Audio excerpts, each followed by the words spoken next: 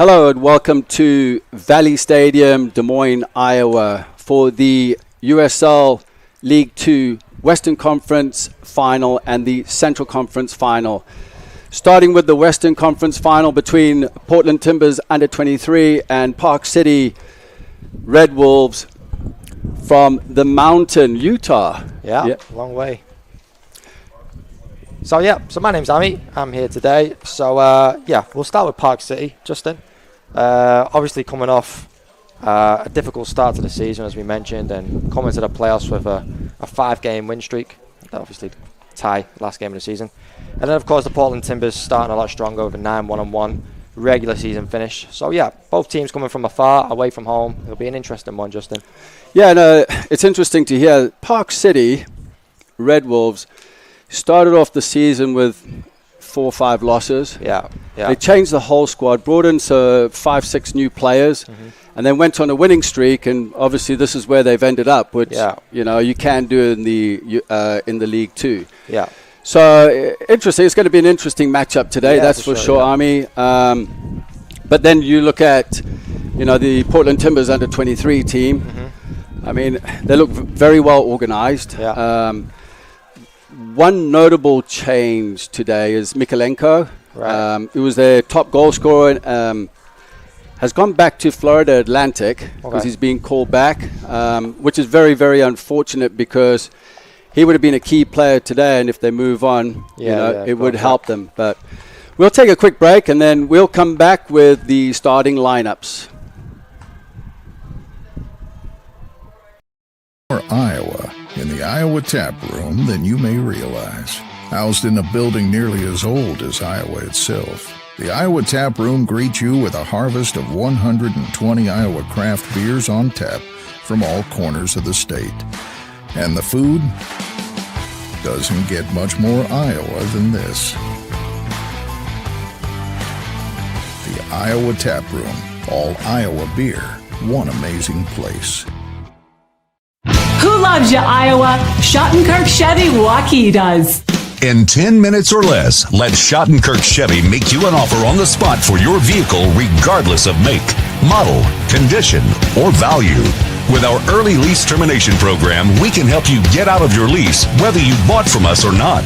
Click, call, or stop in to get an offer for your car in 10 minutes or less.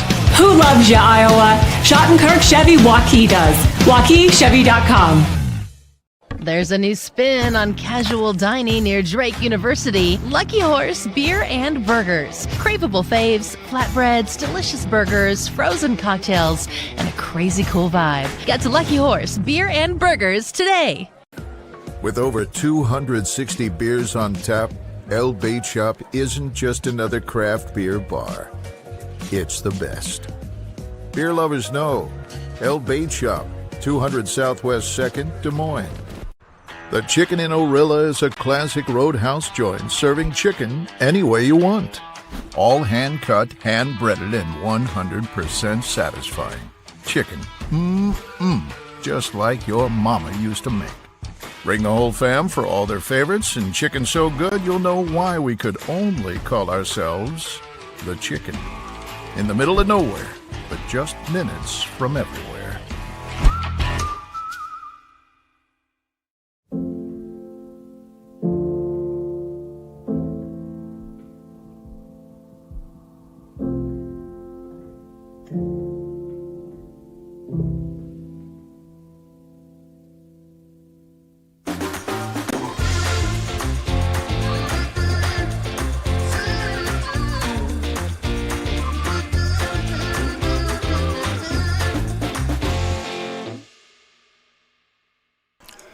Welcome back to Valley Stadium on this hot, humid evening with a slight breeze blowing, but it is still very, very hot down there at ground level. My name is Justin Forst, and alongside me is Army Rabbi for the Western Conference Final for a place in the National Championship semi-final on Sunday.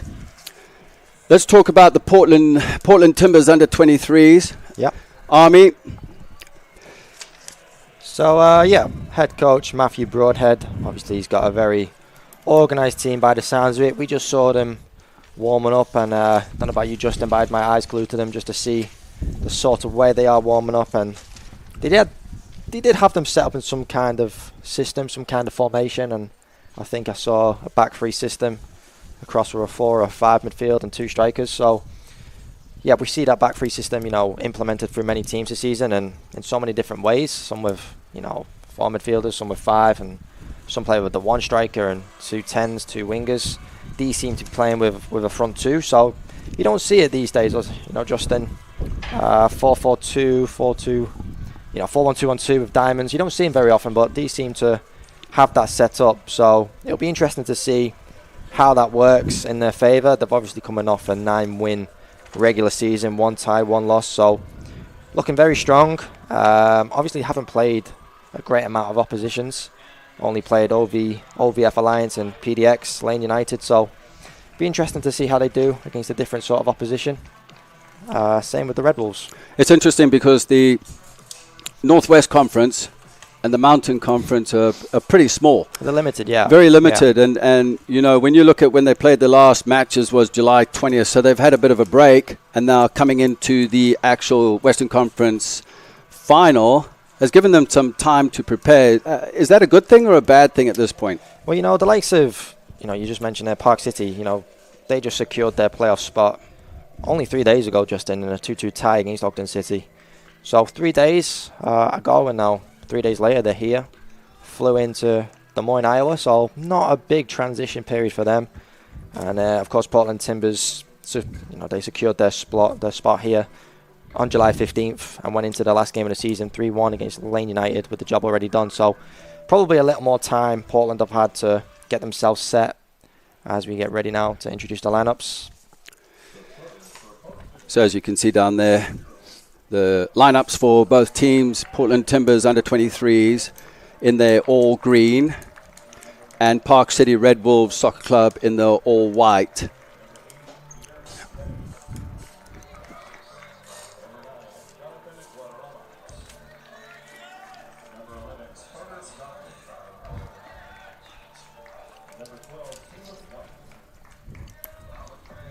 Number 19, Jason Samuel.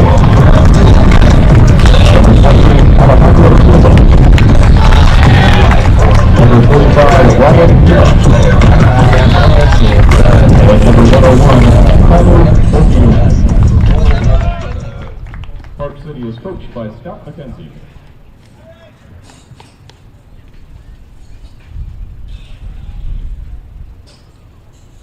And now the starters for Portland.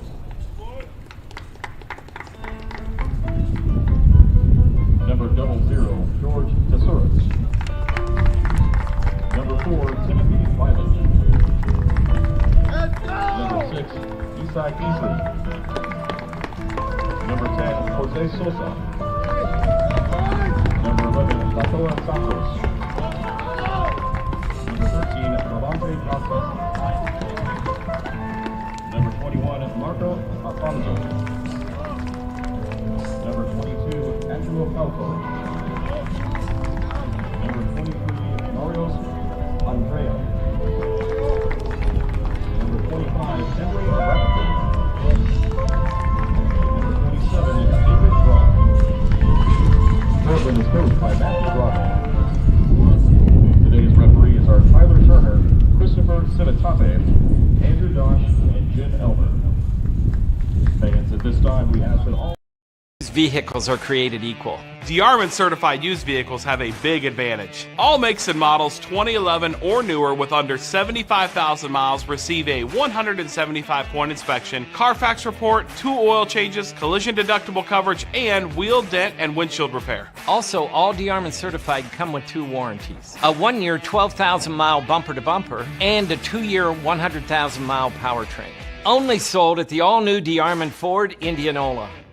Pizza by the rules? No thanks. That's never been our style. At Fong's, we're all about making great pizza with handmade crust and premium toppings. From a new spin on the classics and truly Iowan originals to our world-famous crab rangoon, this is how Fong's does pizza. Side your pizza with one of our signature appetizers and a tiki drink. Eat in or take out. Ankeny, Drake neighborhood on Forest, and downtown. Fong's Pizza. Hi, I'm Joe the Car Guy with Westside Auto. I'm excited to tell you about our new lifetime oil change plan. When you purchase our plan, you'll never have to pay for an oil change again. If you get a different car, simply transfer the plan over. If that car's oil needs are different than your original plan, just pay the difference. It couldn't be simpler. You won't have to worry about inflation or prices going up. Give us a call at Westside Auto Pros to get details on the lifetime oil change plan. And remember, when I say lifetime, I mean your lifetime, not just your car's.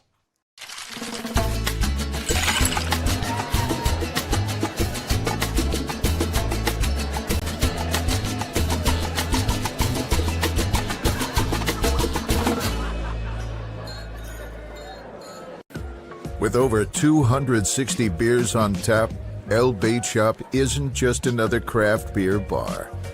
It's the best. Beer lovers know El Bait Shop, 200 Southwest 2nd, Des Moines.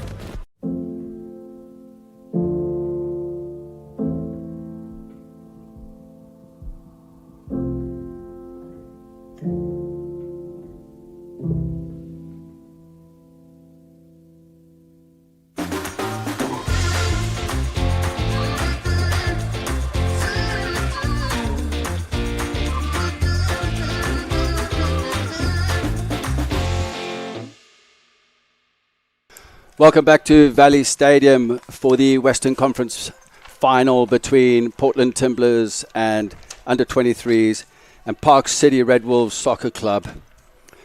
Looking at the starting lineups today, this is how Portland Timbers under-23s have lined up in a 3-5-2 system. In goals, George Tesouris, centre back Angelo Calfo, wearing jersey number 22. To the right of him is Isaiah Easley, wearing 6. To the left of Calfo, wearing jersey number 25, Emery Rappaport. Holding midfielder, number 23, Mario Andreo. In front of him, the attacking midfielders, number 10, Jose Sosa, David Brog, 27. Wingbacks, number 7 on the right, Pablo Greenlee.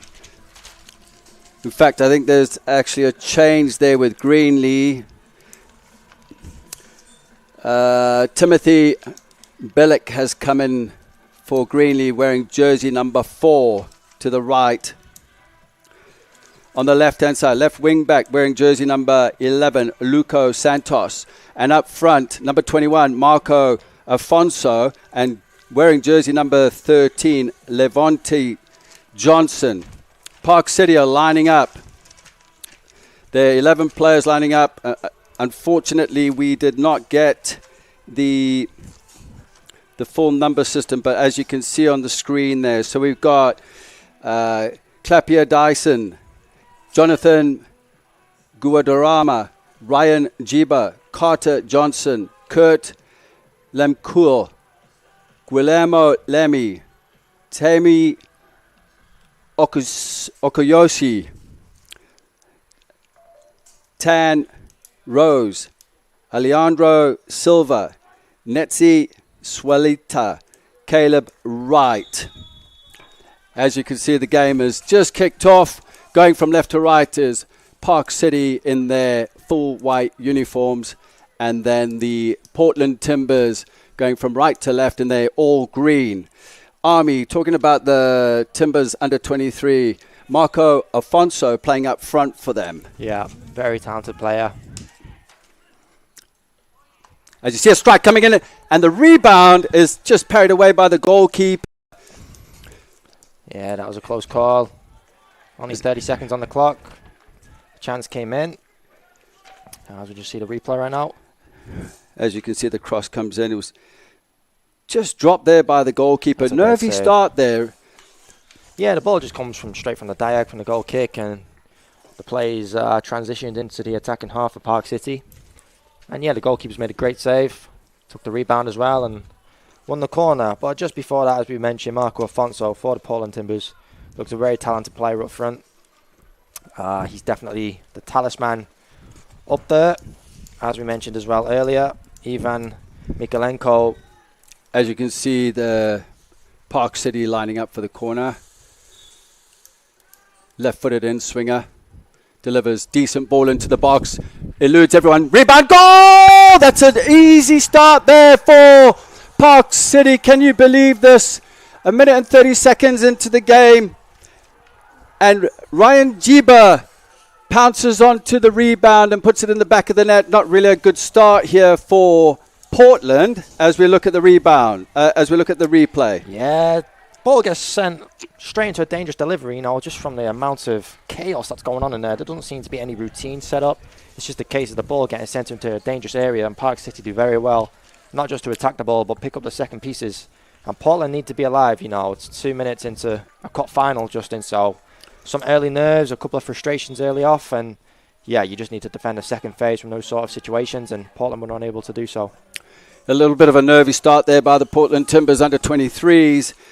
Right off the start, it is hot down there, very, very hot and humid. It feels like 100 degrees the last time I checked as the ball is intercepted in the midfield here for Park City. Yeah, we see early on, I'm just looking at the shape from Park City. It looks like a 4-2-3-1 they're setting up in transition. It's like a 4-2-4 in attack, and they'll slot back into that back four and the 2 6s to protect them when they're off the ball. So I'll try again, Justin. Even Michelento, obviously, not with us today for Portland Timbers, but yeah, Marco Afonso, 9 games, 3 goals, 5 assists. He's definitely the one to play off, I think, up there in the attacking third. Yeah, nervy start, early goal, but we know a goal in the first 2 minutes. I'm sometimes, as the strike comes in here and it's in the back of the net. Can you believe this? I can't believe this here.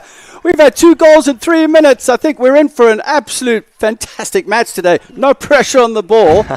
Great to see the rebound. But that was Marco Afonso, I believe. I've just mentioned him, as we just see the replay, outside of the foot. It's a great technique on his left foot and just bends that ball into the far corner. I've just mentioned him, Justin. Marco Afonso, that's his 4th goal of the season, I believe. We've just mentioned, as I said, he's the talisman up there. He's the one they're going to be playing off. They're the one they want on the ball. I noticed him in the warm-up, Justin. He was very, very, very good. Putting the ball, finding the target, very sharp, very energetic. So he was definitely one to watch coming into this, and it's very, very early. 1 goal each, and Marco Afonso, that is, with the Portland goal.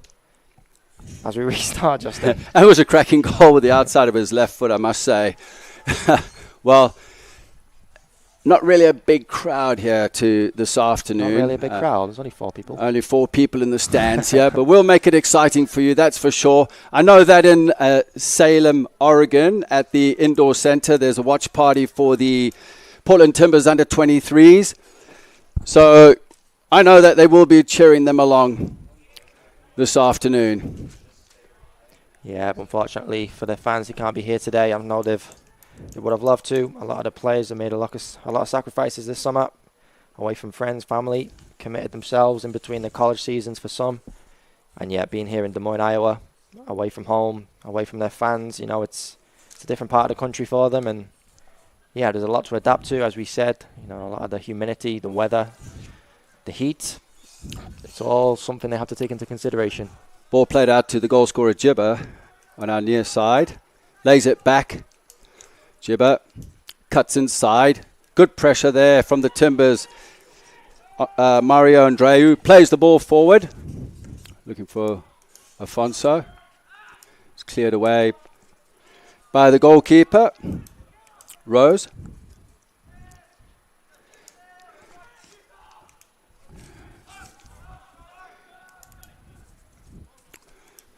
I noticed Park City have been looking to play the diagonals in behind. This could be something in the wide areas. Could this be something with the shape they're playing at the back, with 3 at the back, trying to catch them early and trying to stretch the back 3? I think with that back 3 system, the objective when they play those sort of systems is just to overload the midfield, and overload the centre of the field, I should say. So there's not a lot of space down the middle and central areas of where maybe Park City's more creative players will be playing with their number 10s and, of course, the number 9. So Portland are going to try and force them out wide, and Park City are going to have to try and create a few chances from wide areas. As well intercepted there by the centre-back. Jim Elmer play on, given offside, but he's going to come back. Very good refereeing there, would you say? Yeah, the foul was given before the offside, of course, so with no advantage coming from that offside call, yeah, he's very right to pull that back. The advantage was there, and he was playing the advantage, but obviously the offside ruling means play had to be stopped, and the yellow card was brandished there to the number 6 for Park City. So Kurt Lemkill gets a yellow card as Portland set up to take this free kick midway through Park City's half. 2-man wall. Slight diversion. Decent ball played in there wide. Ball played in behind it. This is goal. Yes! And it's a goal. Well worked free kick. The linesman has got his flag up. This will be interesting to see again. Yeah, it was a very well worked free kick, but it happened so slowly. I feel like I could have seen it coming. Lucas Santos running off the wall. Ball played. He didn't look offside there, did he? No, I'd love to see it again. I'd like to see that again. Looked onside. So we look at as Rose.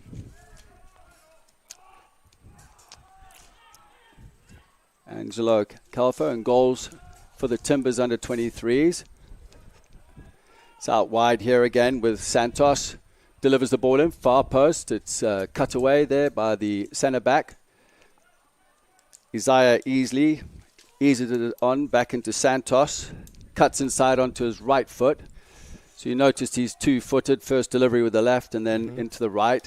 Do you think he could be a threat? Potentially, yeah, of course. With the ability to put the ball in dangerous areas, he's definitely one you're going to have to get tight to. Try and force him to play negatively, Justin, and try and get that ball moving backwards and away from the Park City goal. Because as soon as you let your more advanced attacking players face up against the goal, you're in trouble. Alfonso with the layoff, little dink in, good pressure, good, well-worked move there with the combinations just inside the box there. With David Brogg forcing the corner, but it was Afonso's little layoff that played his teammate into it. Is this something we could possibly watch for as they corner on the far side? As you can see, it's windy, but it's a warm wind. Like I said, it's up to, feels like 100 degrees right now. Yeah, it's going to be hot. And of course, Marco Afonso is going to be up there interchanging with the forwards and trying to create himself some space. Delivery to comes combine in. and shoot, of course.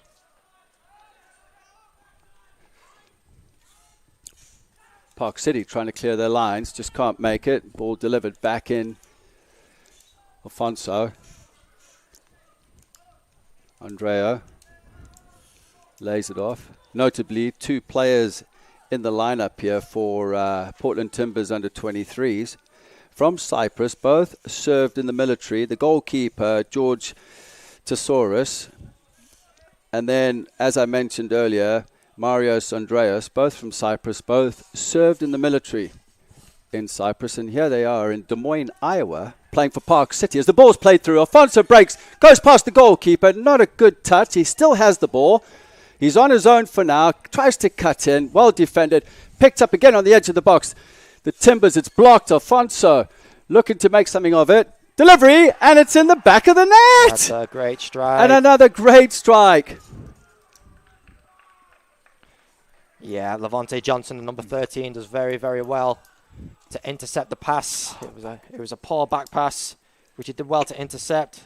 Tidy feet, and sets his number 10, Jose Sosa, and that's a great strike into the bottom corner. And it's 2-1 Timbers. Apologies there. I was calling the wrong name. It's Levi Johnson wearing jersey number 13. Some nifty, silky footwork on the edge of the area. Yeah, did well to add a lot of pressure into the Park City. Does well to intercept the pass, as I said, the back pass, and punishes the mistake.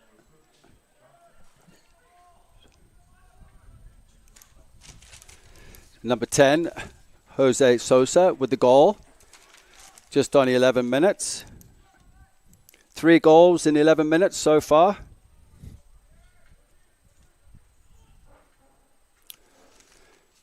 With the Timbers going 1-0 down in the first minute and then clawing their way back into the game. Within 11 minutes, Afonso scoring in the third and Sosa scoring in the 11th minute as the Timbers break down the right-hand side. They look to cut it back. Again, it's a strike. Goalkeeper parries it away. Park City just can't quite clear their lines. And the strike there was from David Brogg, who gets himself into good positions as one of the attacking midfielders in their 3-5-2 as we look at the replay. Good cut back. Yeah, there seems to be a lot of panic in and around both boxes. You know, we saw it in the first minute of the game with Portland not being able to clear their lines and suffering that goal, and now Park City doing the same. And it all seems a little too panicky and a little bit stressful. Both teams just need to settle the game down, get some early touches, combine with some passes, get some possession, and try and build things up from the back and try and separate some spaces in the opponents. Well, it's been a tough 11 minutes for Park City's goalkeepers. The ball comes in, just nodded in the air, just headed in the air. They look to clear the lines. They do, but it's only to Rappaport who picks it up, plays it out, throw in for Park City on the far side by the Timbers U23 bench.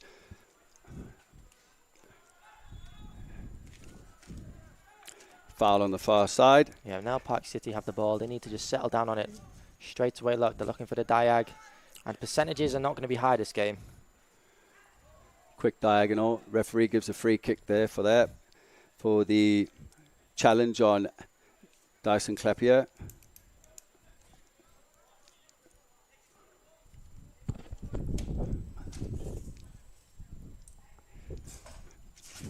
Well, Portland Timbers under 23s in their travels arrived 8 p.m. in Des Moines last night after a 6-hour delay in Dallas. Do you think that will have any effect on them? Looked like in the first minute, but they pulled their way back into the game. Yeah, you know, these traveling situations, they happen. You know, they're all players. I'm sure they've come across issues in the past. Free kick. Yeah, I mean, I'm sure once it comes game time, all of that is out of their heads. And they have to be focused on the challenge ahead. Tesaurus, the quick ball out the back there. Look, it's now Levi Johnson on the ball. Did well. It looked like he got fouled there. I thought he did get fouled. Referee says play on. Again, they look for the diagonal. Out for Jiba. 1v1. Jiba with a strike. It's easy there for the goalkeeper, Tesaurus. The movement from Dyson Clapier trying to pull one of the centre-backs out of position, forcing Jiba to go inside. Decent pressure, well played there. Under pressure there by the Timbers. Greenlee. Army, I noticed with the Timbers, although they've got two up front, it looks like Marco Afonso is a little bit withdrawn. Yeah, the transition, as we see there now, Timbers now set up in a back four system. So it's almost like a 4-1-4-1 that they're set up in. Off the ball, that is. That's just basically to cut the space in between the lines and allow it very difficult for the number 10s and the wingers to get on the ball.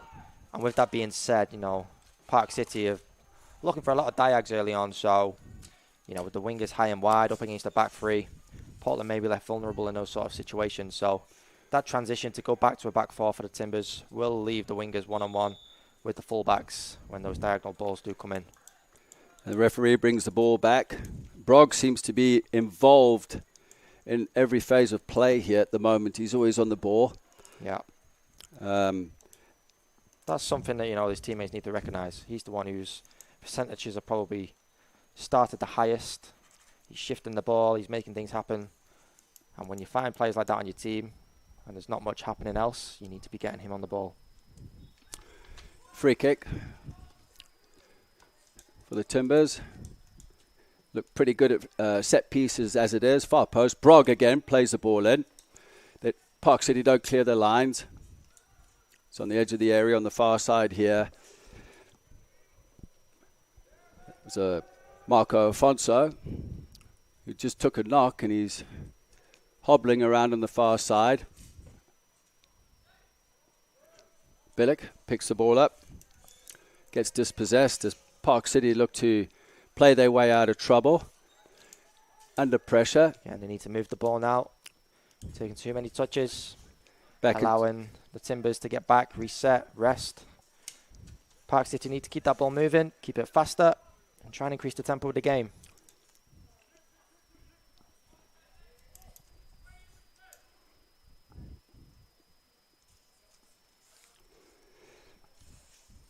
Thesaurus picks the ball up. Yeah, 15, 16 minutes in. The tempo has not been great from either team. Percentages have been low. Both teams just need to concentrate on linking together, combining passes. And there we see there, it's a simple pass that just needs putting into the feet of a strike partner, Levante Johnson, and try and combine. And that needs movements, obviously, from other players around to give him options, which they're limited on right now. Marco Afonso looking to play Levi Johnson in there, just a little bit too much on the way to the pass. Park City on the near side, and they're all white. Dangerous ball played in. Back in. Seed looking at number 10 now, on ball. How much Lots of space there between the lines as Park City look to break. Close down, force wide, into Jibo, offside. Close call. That's too easy. That's far too easy. That can't happen at this level and at this stage in the USL 2 playoffs. You know, you're playing against a team like Kalamazoo or Des Moines Menace. They're going to love those situations, you know. And if you're coming up against Des Moines Menace and doing that, they're not going to have the opportunity. You know, I was actually quite surprised there, Army, that Alejandro Silva receives the ball, and on the opposite side, it was an isolation of 1v1. He opted to come back from where he received the ball into pressure. Yeah, that's just natural from players who are naturally right-footed. You know, I know myself, I'd much rather take the ball into an area where it's setting up for a right-footed pass or a right-footed shot. The minute I go further inside the field, yes, there may be more options on that side, but naturally for a player, you know, putting yourself on that left foot, the more advanced and better players can do that. But, you know, he felt more comfortable to come back inside and try and find that pass down the right-hand side with his right foot. And he was just caught offside. We have an injury at the moment. I believe that it could be Marco Afonso, who took a knock earlier, just trying to catch a glimpse. I think it possibly is him. Took a knock a couple of minutes ago. But what a start we've had. 2-1 to the Timbers after going 1-0 down. 3 goals in 11 minutes, Army. We haven't seen that for a while. No. But, yeah, very scrappy start. Very energetic. First 3 chances of the game. And the first 3 goals, you know, came with a lot of nerves early on, which is normal. You know, you're away from home. You're in a major tournament at this level. And for these boys who are in between college, you know, the USL League 2 is the one to play in through the summer. It gives you a lot of exposure, and as you're more advanced into the further the tournament, it's only going to benefit you. So both teams want this badly. 2-1 up for the Timbers 23s, and you know it's all still to play for. You feel like this, the way the game is set up and the way both teams are playing, you know, any team can take this, any team can score, and we could have a few more today. Yeah, and speaking of the Timbers, Mikalenko, the Ukrainian international, was called back to Florida Atlantic by the coaching staff there. Very unfortunate. He's come a long way and then gets called back by the college. I mean, it's tough because the colleges own the players at this stage of the season and they can call you back at any time.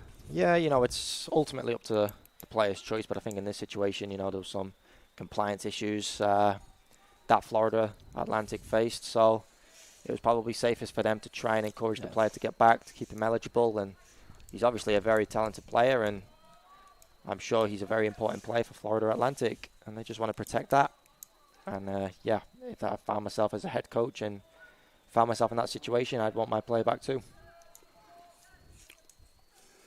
Park City, lots of space to run into, closed out of the midfield. Decent ball into feet. I don't think there was a shout of man on there at that point. Ball over the top. And the goalkeeper easily takes that at feet. George Tusaurus. Both teams back now in the back four. 4-2-3-1 for Park City. Picked up there by centre back for Park City. Wearing jersey number 5, Swalita. Little mishap there. Again, the diagonal ball played in behind for Jiba, goal scorer of the first goal. Lanky fella, isn't he? Just gets his right foot to it, gives the ball away. Again, it's just a lack of composure in the final third. He gets himself in a position, he's in the box. facing the goal, facing his opponent, and gives it away. Ball's in the box. Just held up there on the far side. A little bit of pressure there from lovely little 1-2. Park City with a chance. Didn't quite cut it back. Now, he should have maybe just taken the chance there. Yeah, cut it back. So drive easy. it in. It was way too easy for them to get through there. Portland Timbers not doing enough, not adding a lot of pressure, allowing the combinations to happen. And yeah, he seems to hesitate on the pullback and tries to take it around the player when I felt like the option was there just to set off his teammate. I mean, you drive the ball across, it could deflect for an own goal. I mean, there's a chance, rather than a goal kick and letting it go out. Tesaurus delivers far side, halfway line for the Timbers, 23s, into Levi. Didn't quite get the right touch as Swalita cleaned it up, played it back into his goalkeeper. Rose cleared his lines, picked up again in the midfield here by the Timbers. Little combination on the through the middle. But Park City now just trying to find a way to break the line, playing very direct.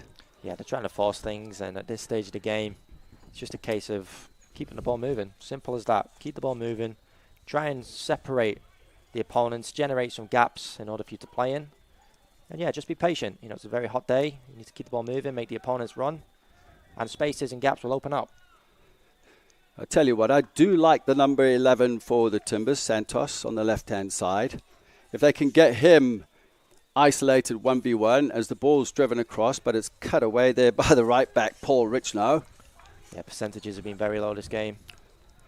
Again, the diagonal. Again, look, I can't stress the importance of just connecting passes, Justin. It's so important, and just for the flow of the game, the confidence of the team, it does so much for you, and it, you know, keeps the opponents moving, keeps them always running, trying to press the ball, win the ball back, and that's where the gaps and that's where the opportunities to come. It's all about possession, keeping the ball moving, and trying to generate from there. And you know, speaking of, with the heat, it feels like 100 degrees down at ground level. Wouldn't you want to keep the ball? Exactly. You got to, you know, my coach at college always says when it's hot and conditions like that is, who would you rather run? You know, who was your coach at college? It was Mark McKeever. Was it Mark McKeever? Yeah, the yeah. Menace head coach. That's it, yeah. Yeah. His name's familiar. But so yeah, he's probably watching right now. So how you doing, Gaffer? But yeah, you know, the ball's got to be the one that does the movement for you. You know, you've got to keep the ball moving, and it saves your legs. It wears out the other team, and you know, I know definitely as a player, I'd rather the ball move for me. So yeah, you've got to keep the ball moving. Try and connect your passes, speed things up, and that will give you a lot of confidence, and it'll discourage the opponents. Swalita, I've noticed when the keeper gets the ball and plays out from the back, he plays it into Swalita, who's given the ball away, and it's Afonso, didn't quite get there, still carrying an injury. Support here from Bilic. Bilic, lots of space, cutting into the box. He has support again from Sosa. As the keeper stumbles, deflection and goes out for a corner. He's been a busy keeper this half, hasn't he, old Rose? Yeah, seems to panic again there. Did take the deflection, but has to try and do a little better, I think. As we look at the out of the play, but yeah, he's going to face a corner now. And let's see if they can defend this a little more convincingly. Afonso with the corner, in swinging, punched away by the keeper. Maybe could have held that. Timbers look to deliver, far post, just goes over everyone. No one really bent round to the far post. Yeah, you just mentioned it there, you know, Justin. There's no movement there. There's no real threat, no real drive to get up and attack that ball. It's into a good area, into a good height, which is accessible to head the ball onto goal, and everyone just seemed to jump in a straight line, if you like, and yeah, no real staggered movements. Yeah, you know, needs to be more in there. Free header in the midfield.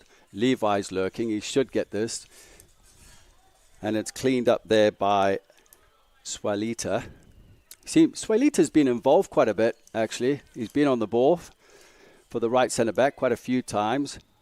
Yeah, the number 45, Ryan Jeeba, he's looking good on the ball. You know, maybe lacking that little bit of composure in the final third, but he's connecting his passes. He's trying to bring other players into the play. He's been targeted for a diagonal ball several occasions now, so maybe that's something that's worked for them throughout the season. Park City with a chance, but Timbers defenders get back in time. Well defended there on the far side. A little bit of holding back. Don't quite clear their lines.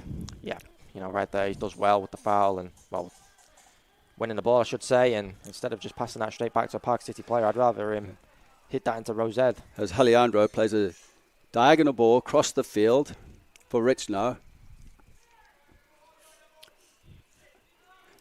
Suelita, Jiba plays that wide. Richno with lots of space. Cuts back in. Park City looking to combine the ball on the edge of the area, trying to pull the Timbers defenders out of position. Yeah, the back line for Timbers look very disconnected right now. Yep. Park City players are lazy getting back on side, so... The ball's picked up on the halfway line. Park City looking to figure out a way to break the line for the Portland Timbers. Richno driving forward into the space. Into Clapier. Clapier trying to cut in. Alejandro onto his right foot. Still trying to weave and jive through. Santos back into Tesaurus. Nice bit of composure there by Tesaurus. Yeah, the goalkeeper showed the most out of the whole game. Santos looking to play a ball forward there for Marco Afonso. But lots of space out there on the far left-hand side. Nifty little ball played in with the outside of the right foot there from Carter Johnson. Everyone looks tired, Justin. I don't know if you agree. Everyone seems to be Do you think slow this? to Do react, you think the heat, the humidity have something to do with it? Because when you look at Portland, I think they do get a bit of humidity out there. But when you look at Park City coming in from Utah, it's more a dry heat, but a high altitude. Yeah, maybe. The heat is going to play a part. But, considering the circumstances of this game and what's at stake tonight, there's a trophy at the end of this game, Justin, It's a Western Conference Put it final. on the line, don't you? You've got to go for it. And the heat, everything like that has to be put aside. And physically, they seem to be struggling right now. Richno going to take the throw in here for Park City. Deep inside Timbers half. Jibber tries to turn. He's brought down by Santos. A good foul. You did well there. Yep, he's looking to make things happen. He's trying to turn and Santos came in a little bit too... Yeah, he's late. Definitely a foul. And, it's the chance for the Park City Red Wolves to set up the free kick from a dangerous area. It's a good angle to be able to deliver the ball from. So it's definitely the one that the Timbers are going to have to organise early and try and defend this very well. We saw earlier in the game they were unable to do that from the corner. Unable to clear the second phase. So they're going to have to be wary of that. Try and win the first ball and, if not, the second.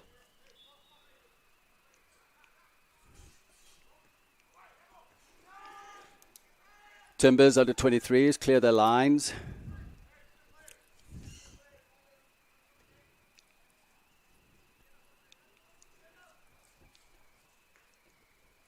Yeah, another chance wasted, Justin. Set pieces can be so crucial, especially when you're 2-1 down. They're the make or breaks of the game at times, and from that sort of area, it's a great opportunity to put the ball into a dangerous area and attack it. Alejandro looking to combine. Alejandro for Park City looks dangerous. He does, yeah. Very technical player, nifty, quick, just lazy there, looking down the line. He can see everything. It was a decent little combination, but I've noticed he doesn't really get on the half turn or check his shoulder to see the space that he has on the other side, on his left shoulder, as he's coming in to receive that ball. Yeah, that's just natural ability. Some players have it, some... I know, nobody's like us, right? Yeah. Huh? Or you. I'm too old now, but... I'd say that, but I know probably young Harris coaches are watching right now, so I can't lie. No. We'll just keep quiet. Alejandro, well defended there by Rappaport. Looking for Santos. Santos delivers wide. Decent ball. Bending ball. Difficult one to get because it's going to run off the turf.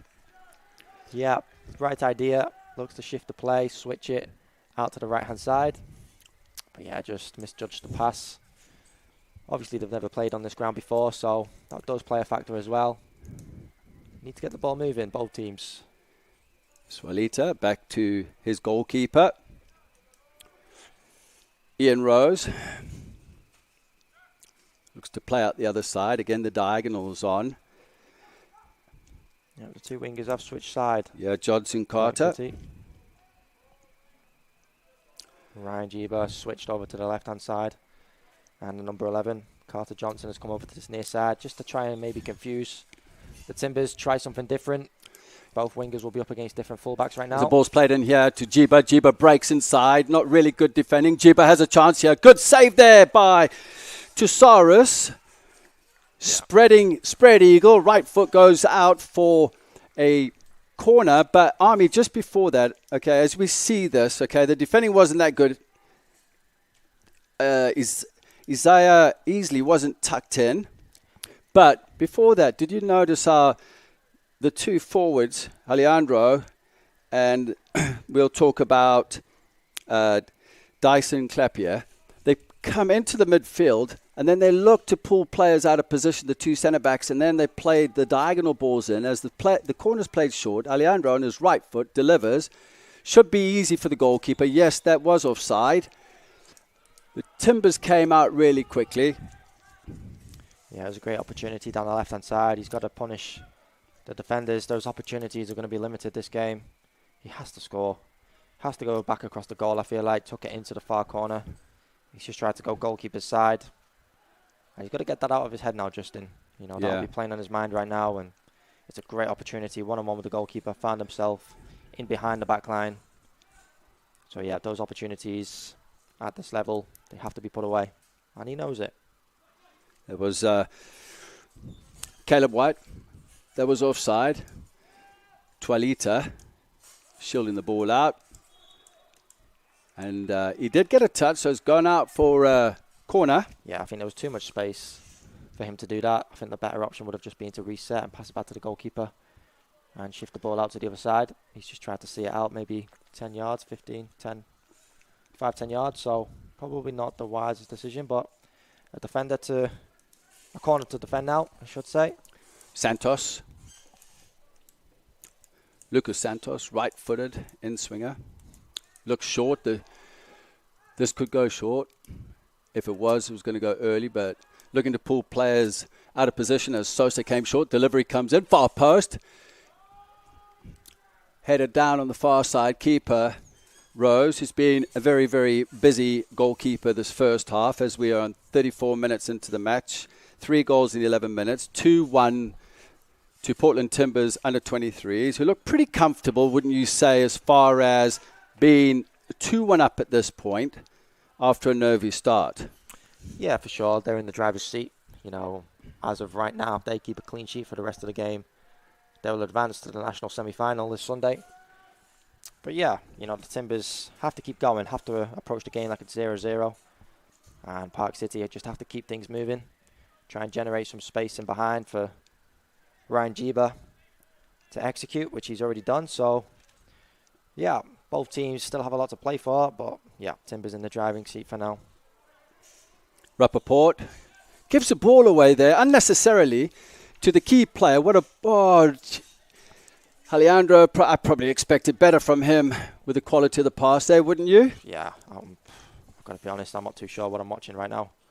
They just seem to be taking the touch, looking forward and playing that ball long first time. You know, there's not a lot of composure, not a lot of combinations. I'm not too sure what's going on right now. Very interesting. I think they're giving the players a water break with 10 minutes to go in the match. Doesn't this normally happen after 20 minutes? Do you think the officials got this wrong? Yeah, you know, it usually happens around the 22, 23-minute mark. But, yeah, giving it a little late. But the players will appreciate it, I'm sure, and hopefully we'll get a lively 10 minutes. Because the percentages have been low, tempo hasn't been great. You know, chances have come from mistakes and lackadaisical defending, if you like. So, yeah, maybe this water break will liven the game up a little bit and we'll go into half-time having a little more to talk about. Yeah, if you just joined us, this is the Western Conference Final, US League 2, USL League 2, between Portland Timbers under 23s and Park City Red Wolves. 2-1 to the Timbers after conceding very, very early in the game.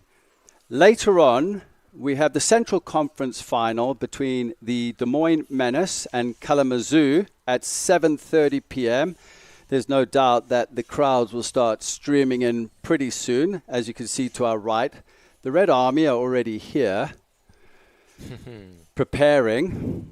Yeah, rather boisterous crowd. That'll be a great game. You know, the two number one and number 2 seeds in that side of the conference, and off the back of 2 great wins, 2 great seasons divisionally, and yeah, that'll definitely be a close one to watch. Exciting players on both teams, so yeah, we're looking forward to that one. Yeah, while I was in Denver for the U.S. Club Nationals Army, by the way, you did a fantastic job. Taking my position. I actually thought I was going to get fired when I got back, to be honest with you. I thought you and Ruben would be handling everything. I wouldn't let them do that, Justin. I'm sick of Ruben. I'm tired of him. Yeah. But yeah, I was following the games and that, and they were very competitive. The Menace Hagley scored. Stephen Gerrard. That's what we call him these days. Is that what they call him? Yeah. There was some strike, wasn't it? It was a great strike. Yeah. Even you got excited. It takes a lot to get you up and down and jumping around, doesn't it? Yeah, it was, the way he jumped over that table, it was like I was nearly down there with him. But, I did see that because the Olympics have started. Was he vying for a place in the steeplechase or something? Yeah, I mean, Norway, are they even in the Olympics? I don't. Well, did they? Yeah, maybe. Rowing. Yeah, with athletes like Sivert and Seba Andreasen, I wouldn't be surprised if they didn't. Yeah. Not the best of athletes, are they? They're not too bad at soccer, I guess. As we resume here in the Western Conference final, thrown to the far side there for the Timbers. The heat is obviously playing a factor here, as Easley heads the ball, doesn't get cleared. Alejandro on the ball, to his right is Jibo, who's dangerous, cuts inside, into pressure. He's a handful, to be honest with you. The volley just going wide, didn't quite connect it as far as a technical point goes. Yep, again, in the attacking third, it all seems to be coming from Ryan Jeeba. The number 45 has come back onto his right-hand side now, so if he's the outlet, I'm sure he's the one that's going to be trying to get on the ball as much as possible. Had an early chance he should have taken, but with the way things are going for him, I'm sure there'll be more opportunities throughout the game.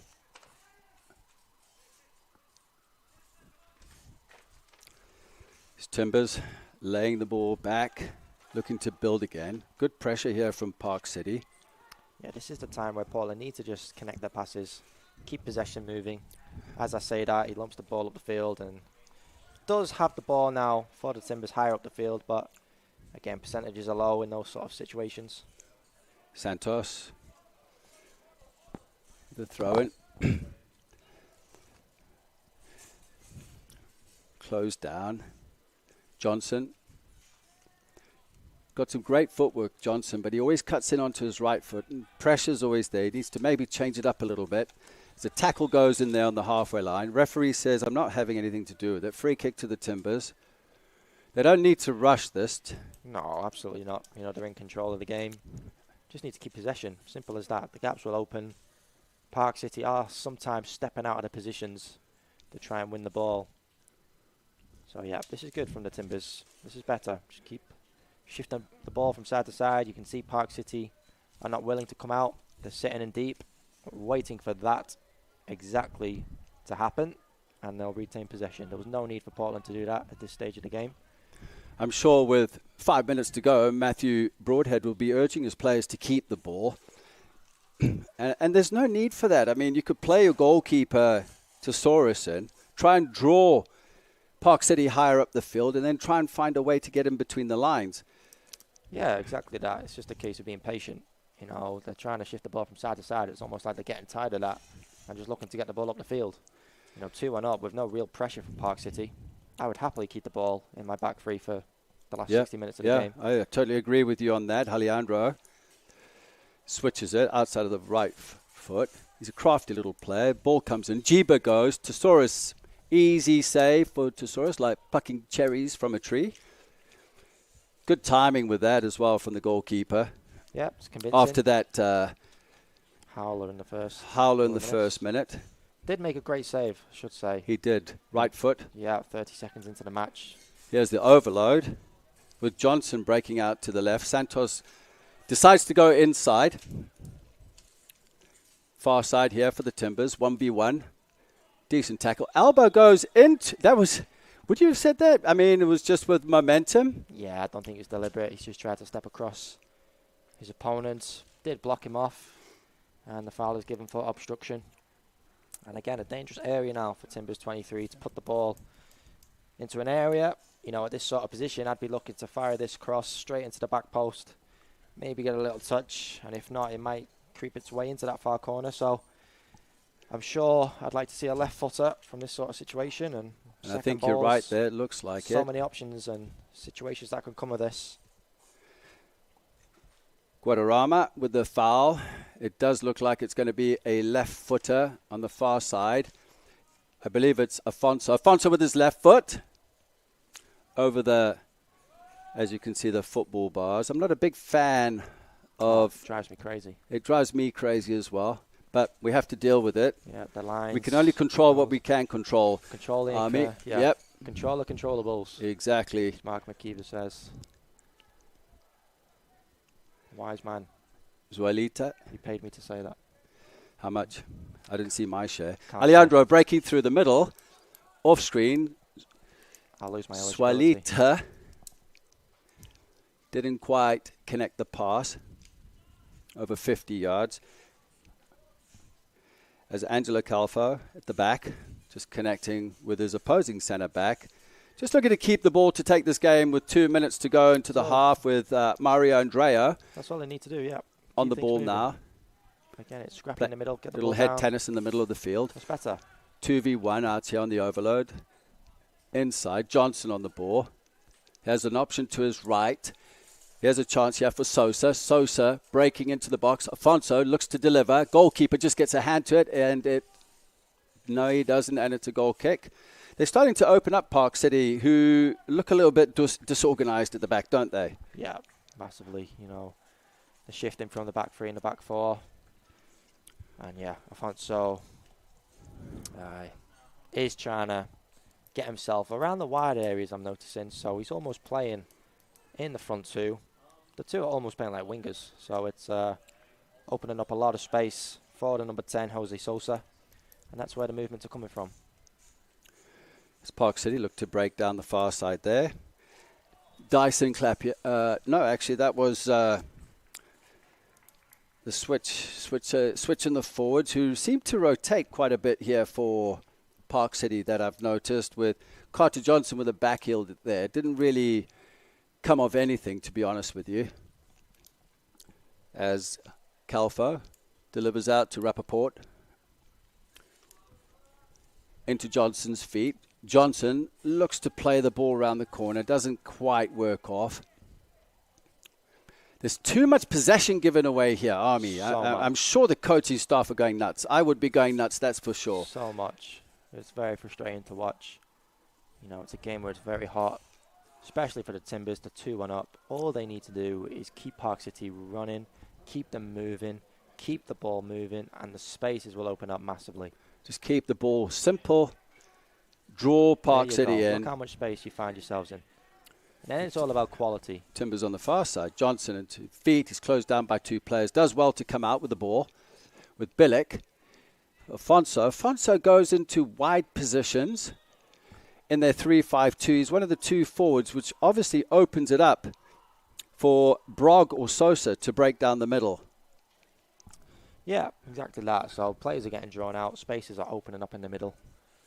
And now Park City need to try and maybe generate a goal here before the referee blows his whistle. If I was the coaches going in at half-time, I'd be telling both teams just to be patient. Keep the ball moving. Rich Snow with It's a great ball. Great ball. Overload on the far side. Park City looking to break. No late runs into the box. Alejandro was lurking, didn't make the run. I think this would be the time to do it as we're approaching the end of the first half. A little bit casual there around the box there, aren't they, Mario Andrea? Isaiah. Here's what I have noticed. Why have they given up? Here's what I have noticed here, Army, is the pace on the right-hand side for Timbers under 23s. They've been beaten there 3 times from what I've seen so far in this half. Do you think this is something that the coaching staff for Park City will look at going into halftime? I mean, Scott McKenzie's probably seen that. Well, maybe, but even I've just seen there down the side that you're talking about, Park City, the passes are getting played between them, and they still have an opportunity to win the ball, and it's almost like they've given up and allowing the Timbers to play their way out. So, yeah, you just mentioned the pace is off there for Timbers, so Park City need to go and match that and take it upon themselves to add the pressure. And a wasted free kick there. Wasted. Waiting for the officials' added time on here. Tesaurus just rolls the ball out. He does a good job when he slows the game down, doesn't he? Johnson goes in with the challenge. Afonso, lovely touch inside, closed down, loses possession. Again, in transition now, look at Park City. They have the ball and not a lot of options. Sideways and backwards from what I've seen, unless they hit the diagonal. Swalita into Jiba. It's a little bit better. Intercepted, though. Rappaport. Andrea. Brog, my apologies on that one. Rappaport. Ooh, that wasn't a good ball. Brog did well to keep it. Back into the keeper. Should have played it onto his right foot across his body. Wasn't a really good ball played. And just a slight detail means a lot, doesn't it? As Johnson cuts in, goes past the defender's Swalita onto his right foot. He has an option. Decides to go far. Bilic cuts in onto his right foot. And it's cleared away, but only to Brog. Plays it alongside into Andrea. Bilic, far side, delivers the ball in. Sosa unmarked, drives it in. It's well cleared there by Swalita. Ball comes in. It looks a bit sloppy at times. Are they tired? Are they not fit? Is it the weather? I'm not sure, but down that right-hand side there was far too much space. It was so easy for the Portland wide player, the right back, to get on the ball and deliver the ball into the box. There seemed to be no Park City player there, really. So, yeah, it does okay to put the cross into a dangerous area. Could they have been a little more punishing? Yes. I think we've had about 4 minutes as well. That was a time added on by the referee. Alonso flicks it into Sosa. Bilic delivers in. Johnson, keeper comes out. Johnson offside. Goes in for the challenge. Johnson goes down.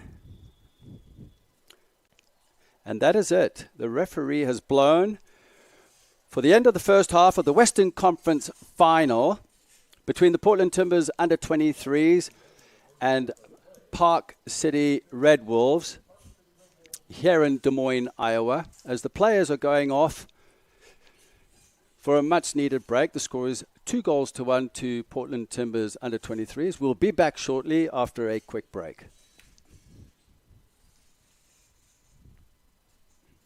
Used vehicles are created equal. DeArmond certified used vehicles have a big advantage. All makes and models 2011 or newer with under 75,000 miles receive a 175-point inspection, Carfax report, 2 oil changes, collision deductible coverage, and wheel dent and windshield repair. Also, all DeArmond certified come with 2 warranties. A 1-year 12,000-mile bumper-to-bumper and a 2-year 100,000-mile powertrain. Only sold at the all-new DeArmond Ford Indianola. Pizza by the rules? No thanks. That's never been our style. At Fong's, we're all about making great pizza with handmade crust and premium toppings. From a new spin on the classics and truly Iowan originals to our world-famous crab rangoon, this is how Fong's does pizza. Side your pizza with one of our signature appetizers and a tiki drink. Eat in or take out. Ankeny, Drake neighborhood on Forest, and downtown. Fong's Pizza.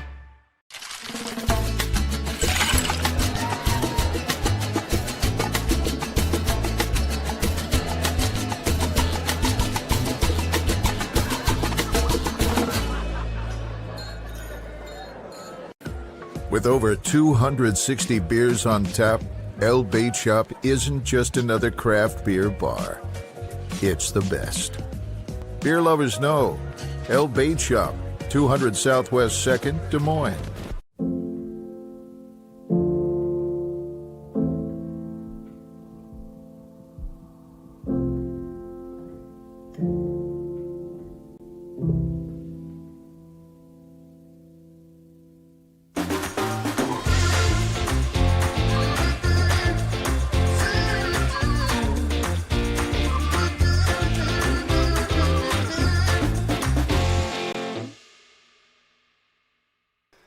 Welcome back to Valley Stadium here in Des Moines, Iowa, for the Western Conference Final, which is at halftime right now. The Portland Timbers under 23s versus Park City Red Wolves.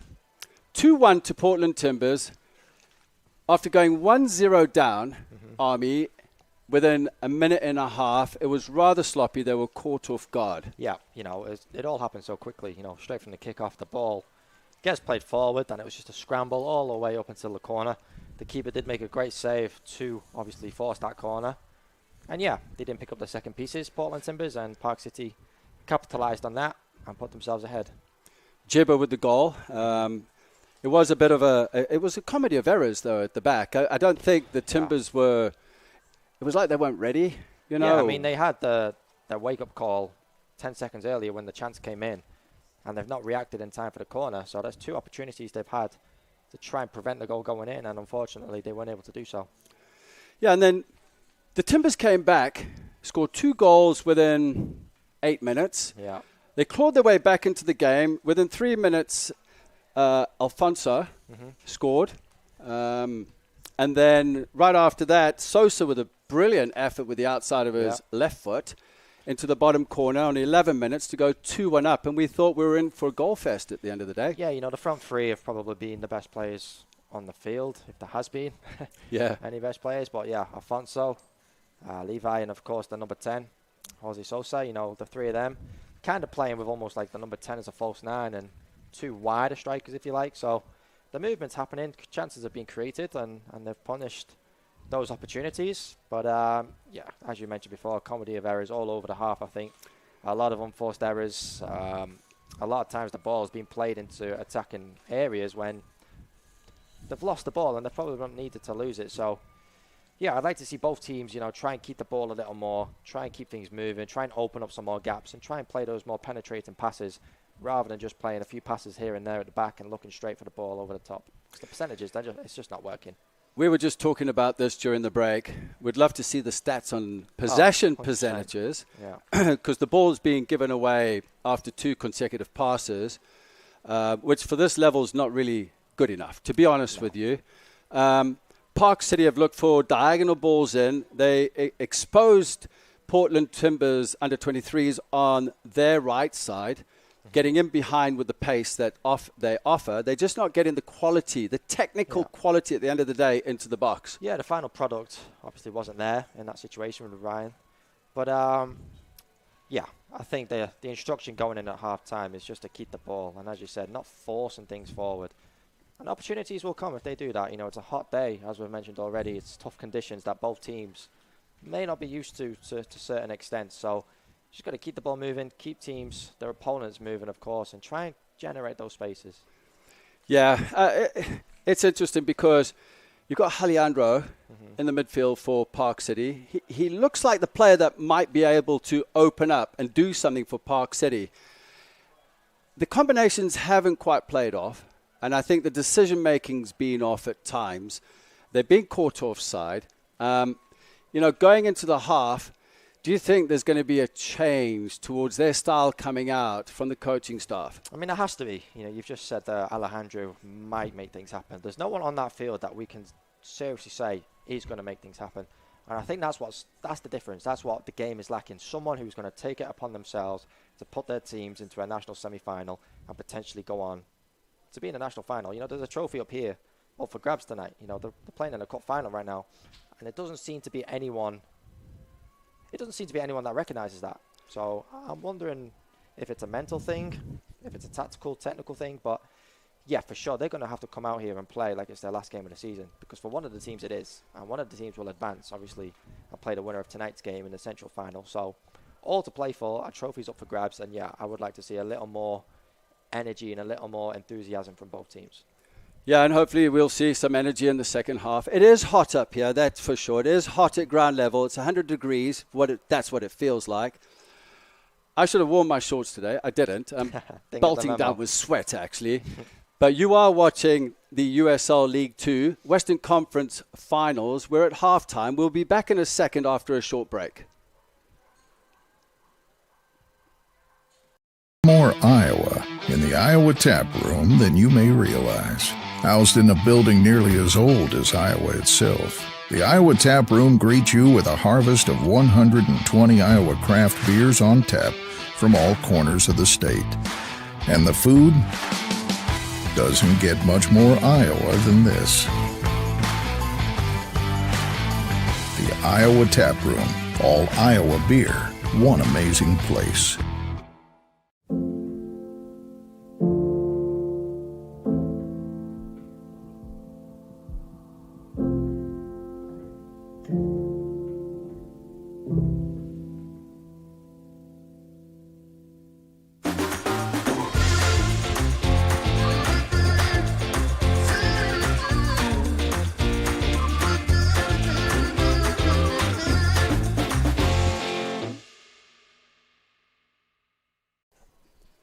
More Iowa in the Iowa Tap Room than you may realize. Housed in a building nearly as old as Iowa itself, the Iowa Tap Room greets you with a harvest of 120 Iowa craft beers on tap from all corners of the state. And the food doesn't get much more Iowa than this. The Iowa Tap Room, all Iowa beer, one amazing place.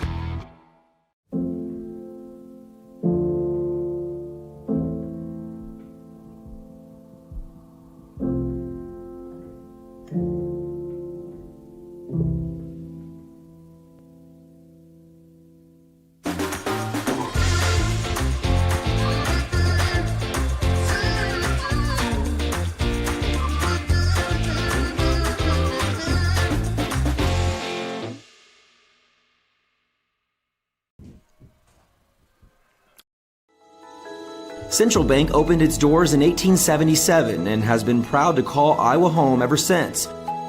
For more than a century, our family-owned business has worked hand-in-hand with friends and neighbors across the state to make their dreams a reality. Come visit us at our new location on Hickman and Waukee and see how Central Bank can make it happen for you.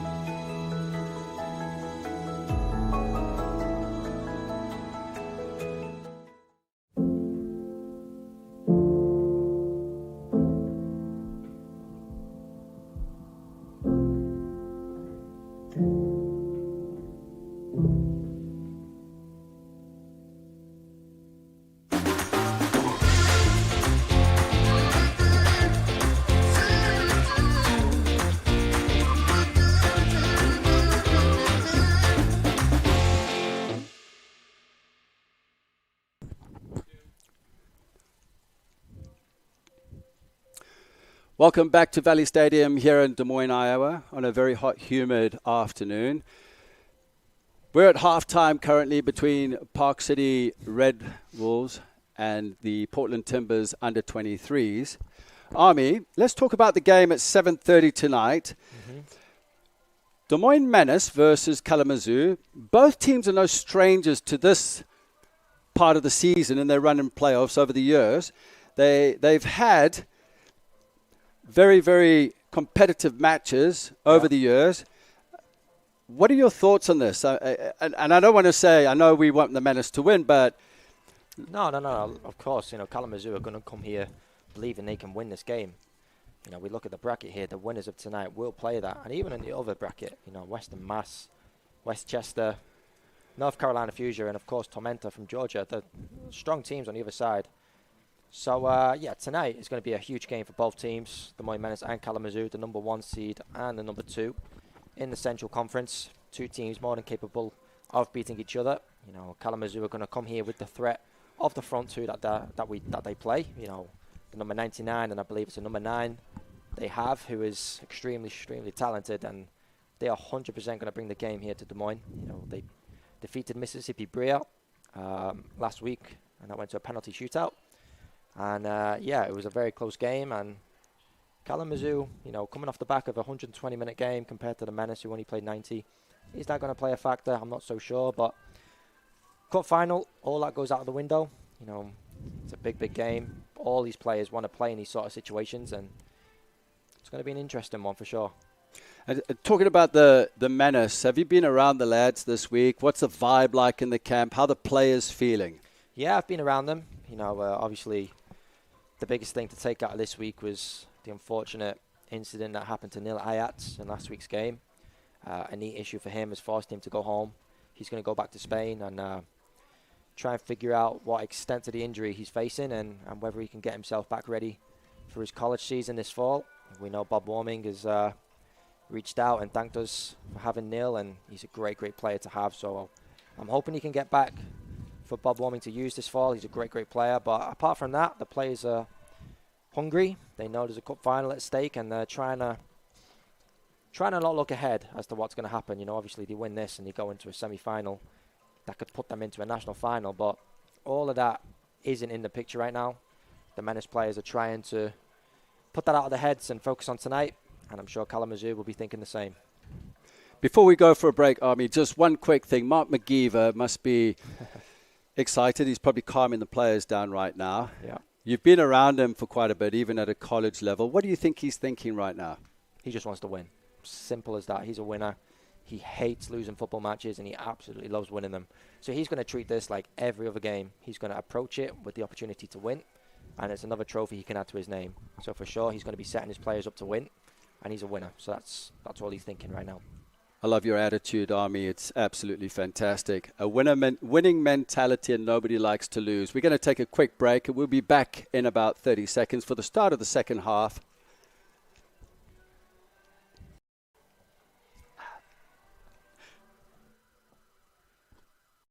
By the rules? No thanks. That's never been our style. At Fong's, we're all about making great pizza with handmade crust and premium toppings. From a new spin on the classics and truly Iowan originals to our world-famous crab rangoon, this is how Fong's does pizza.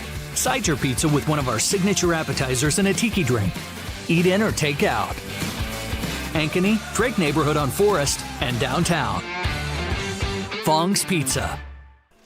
Welcome back to Valley Stadium as the players walk out onto the turf, AstroTurf is what I like to call it, field with the football lines, which I'm not really a big fan of, but it is what it is. The stadium meets the standards of the league in the USL 2. We're still waiting for the Portland Timbers under 23s to come out. Now, Park City Red Wolves, nearly muddled up my words there, I think are connected with Chattanooga Red Wolves. Not too sure on the pipeline of players that are drifted through the system, but a good friend of mine, Jimmy, Uruguayan, originally from California. I actually did my coaching badges with him. Is the head coach for the Chattanooga Red Wolves. Now, there's no doubt he's watching this game to see if he can pick up any talent. Yeah. What's your thought on this? Do you think that the organizations with feeder teams are keeping an eye on players at this point? I mean, I know it's PDR. These kids are in college still, unless they just in their senior year. I think it's a little bit different. Yeah, it's great to have feeder teams, and it gives these pro clubs opportunities to branch out and try and discover more talent throughout the country.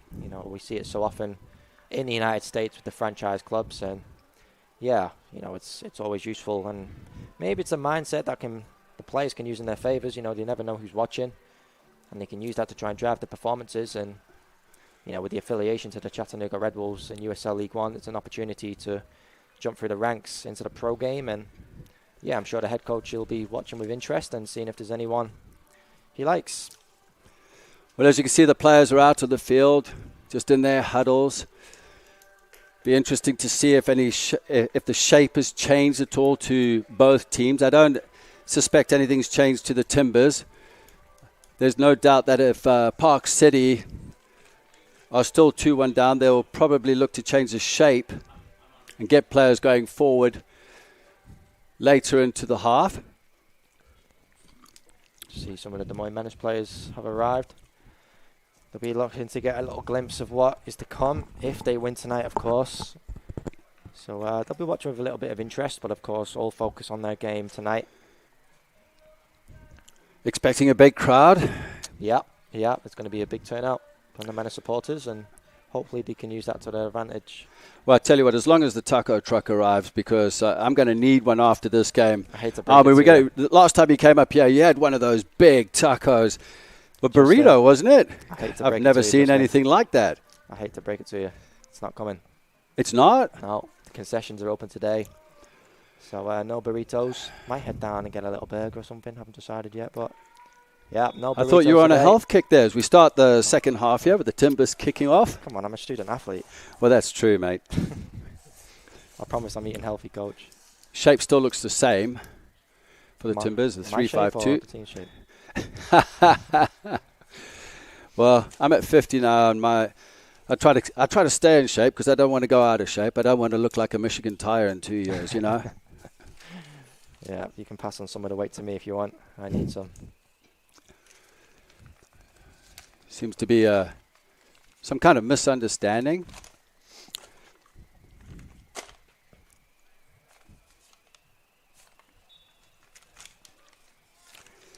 Restart. Drop ball. So Timbers look to play out through easily. Got space to move into. Plays the ball over the top looking for Afonso. Wasn't good enough. Cleared away. Picked up Billick. Beasley. Afonso holds the ball up. Nice little turn, Billick. Afonso makes a forward run. He's not looking as sharp as what he normally does. He picked up a knock in the first half. Again, the ball's given away. Sosa. Possession's been given away 3 times so far. It's Park City. Guadarrama was fouled from behind by Sosa.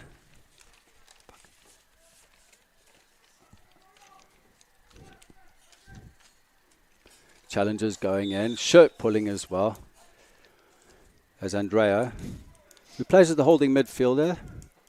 The lad from Cyprus.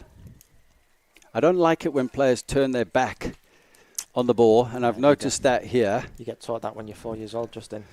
I know. Trust me. Many years ago when I was still playing in the 90s. 90s? Were you born then? 99. 99. Yeah. Park City.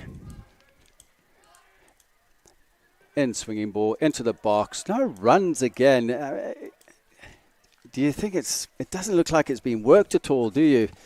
You know? I think someone needs to let them know they're in a cup final here. I'd be throwing my body on the line if it meant I could get a goal to equalise myself and the team to keep ourselves in it.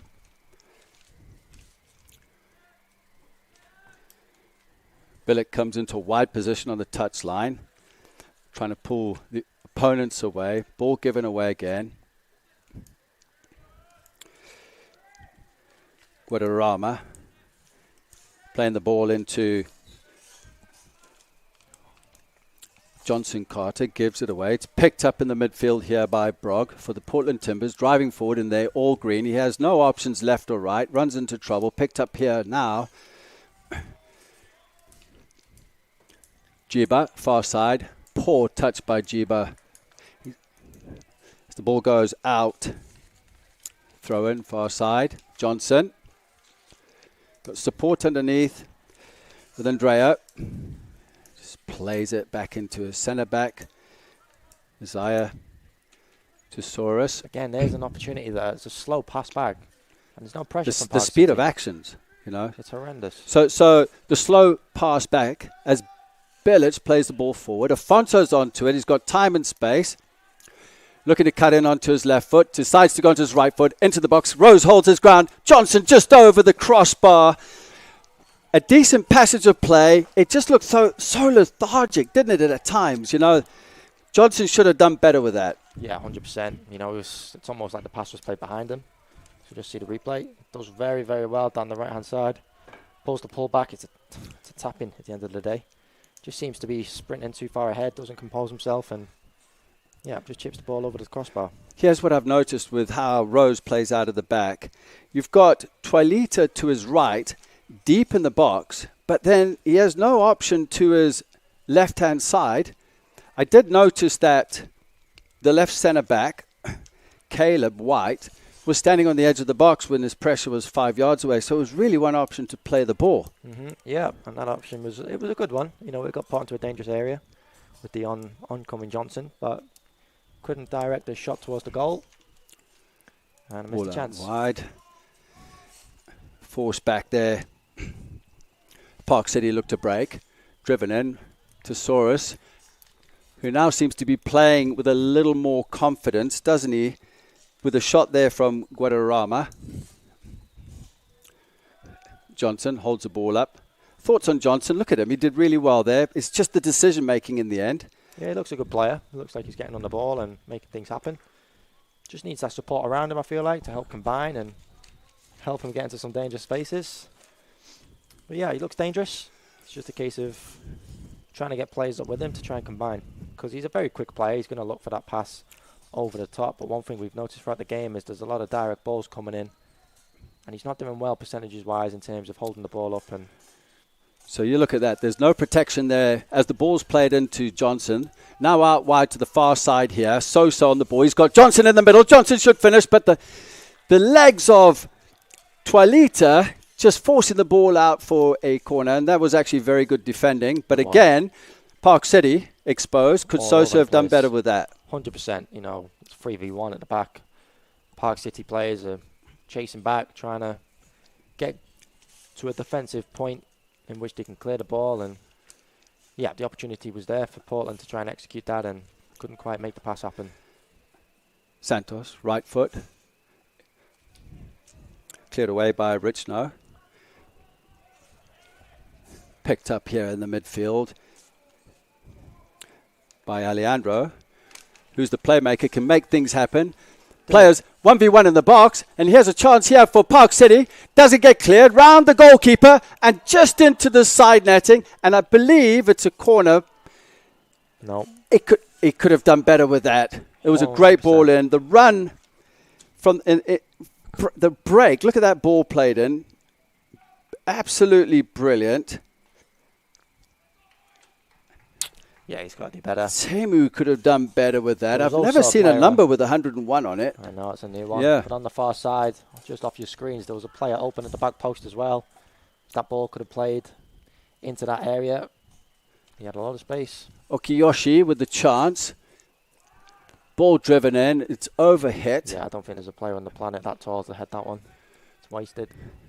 Maybe Peter Crouch. Hang on one second. Let me just go to the Guinness Book of Records quickly and see what I can find. But again, it's the quality of the final delivery. No pressure on the ball. So it's about putting the ball in the right areas, isn't it? Yeah, haven't quite found the spot yet. It's been a scrappy game to say the least. Given away there rather casually as the ball's played and not really that good. Looking for Clapier. Got away with it. Yeah, Afonso on the ball. Bilic. Lucky boy. Nice little pass around the corner. Afonso holding on to it. Bilic supporting. Afonso decides to keep it. I see the run there from Johnson. It's well cut out there in the midfield. Otherwise, Johnson was in behind. Marco Afonso's... I feel like I want to see him on the ball a little more. You know, he got round the right-hand side earlier on for the chance for Johnson. Scored the first goal. Involved in the second. Okiyoshi on the ball. He needs to get on the ball a little more. Nearly gave it away. Jibba turns. No options to his left. As Clapier decided to come across him. I'm surprised the left back didn't get forward to give an option there. Guadarrama. I just don't see enough movement. I don't see the left back and right back really getting involved for Park City. I mean, there's an option for the overlap, and I don't see it. Yeah, it's starting to wonder why. You know, heading into the last 40 minutes, 35 minutes, you'd expect some sort of direct movement from either side of the full-backs. But it seems to be a little dead. Yeah, they don't have that desire to get forward and join the attack, offer the overlaps on the far side. There's not a lot of movement. And Clapier just hoping for something to happen. Brog. Again, Johnson in behind. He looked offside. Rose comes out. Johnson goes past him. Tuilita just comes in and covers. He's actually had a decent game so far. Decent recovery there by Tuilita. Again, the ball just launched forward by Guadarrama, hoping for something to happen. To be honest with you, that was just like a let's clear the ball, just no options up front. Yeah. I mean, you can see, look at how the Park City players are just going through the motions. And, I mean, like you said, this is the Western Conference final. You should put your bodies on the line. You should be fighting for it. Yeah, it's just a lack of mentality, a lack of desire.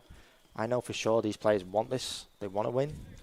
They want to score. They've just got to sacrifice and make a few more risks and try and create something. Try and take it upon yourself to be the leader on the field to say, let's get this going. And I haven't seen that yet. Lots of space here for Brog. Ball with the outside of the foot. Too much on it. Again, like you said, forcing it. When they could just keep it at feet. We've had 10 minutes in the second half. You can see it's hot down there. We totally get it. But it is the Western Conference final of the US League 2. The ball is getting into the half they want the ball to be in. And there's an overload here on our near side. The ball's given away. 9 diagonals out of 10 are not making it. Alfonso, he only has one option in the middle. Johnson lurking on the shoulder of Tualita. Alfonso breaks into the box. Little scissors, step over onto his left foot, delivers, cut out. Referee has called a penalty. I'm not too sure Army, there was no intent there. No, yeah, absolutely we'll have not. a look at the replay in a bit. It wasn't like he brought his arm out. As we see, and you can elaborate more on this. Yeah, he turned his back, didn't he? He has turned his back and his elbow's tucked in. I think it's harsh. Has it disrupted the play? Maybe. Was it intended? Probably not. So it's a tough one. You see them giving, you see them not. And this is an opportunity now to, I think, in my opinion, put the game to bed. Alfonso with a penalty. Short run up. Steps up. Left foot. Plants it past the keeper. Keeper dives to the opposite side. 3-1 now to the Portland Timbers under 23s. And I'm sure they're celebrating in Salem, Oregon at this point. Going 3-1 up. I bet you they're enjoying their watch party with a couple of light beverages and some wings as we see the run up here. Army, you a big fan of a short run up? Yeah, it's a case of where you're comfortable, in terms of your strides and how many steps you take towards. But yeah, I mean, I don't really want to talk about penalties after the Euros with England, but don't even get me going on that. I know there's so many dance moves and stutters and everything going on. It's just a case of putting the ball on target, putting your foot through it, and he does very well there just to generate a goal from the penalty spot. Alfonso with his second goal of the game. First goal after 3 minutes. Clapier cutting inside, goes past Alfonso. Ball out wide, intercepted again. Clapier. Tualita switching it to his centre-back Caleb White. Ball played out wide by Guillermo. Ball delivered in. Billick picks up, clears. Up to Johnson. Caleb White going in with a challenge. Picked up there by the Park City midfield. Guadarrama. Clapier. Looking to cut in on his right foot, but there's too many green shirts around him when he comes onto his right foot. Although he's getting through here, if he scores, I'm going to eat my words, to be honest with you. And it looks like we might have a penalty there. Jibba goes down, no penalty given, as the Timbers look to break. Yeah, he's driving in with the ball there, the number 10 of Park City, and there's absolutely zero movement from any of his teammates. He's driving with the ball. He's got 3 or 4 Portland Timber players around him. He's bringing in so many players, Carter Johnson, and when that happens, Justin, when you've got 3 or 4 Portland Timbers players glued to you, that means there's space around that is open, and there's no movement from his teammates to try and find those gaps. I find it quite interesting, like you said, Carter Johnson cuts in onto his right foot. They haven't really taken anybody on down the line here. There's so much space there. He's just come from the left-hand side and drifted inwards, bringing 4 players with him from the Portland Timbers defence, and there's no movement. And when you look at how Portland are shaped up here in the second half, I think they've done enough as far as the pace goes on our near side, because we noticed that in the first half where they were beaten down their right-hand side, as we see possibly a substitution coming in. So it looks like they've nullified that at the moment. They've dropped a bit deeper from what we see.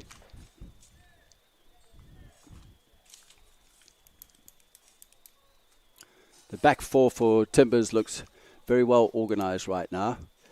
Nice and congested in the midfield. Alejandro, little 1-2 with Jiba, didn't quite play off. The square ball gets intercepted. Always dangerous. 1v1 here. Johnson putting pressure on both Caleb White. Caleb White comes across and cleans it up. No problem at all. Drives a ball. It's 20 yards offside. Offside. You see, that's laziness, isn't it? Yeah. You know, you've got Caleb White and you've got Zuailita working extremely hard there. You've got to get yourself onside for that hard work. So when you get the ball, yeah, the transitions are too slow. They're practically non-existent. You know, it's almost like they're waiting for something to happen. So yeah, it's poor.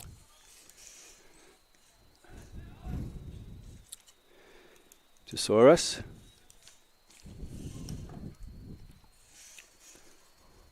Looks to drive one forward. Again, it's giving the ball away. Bilic.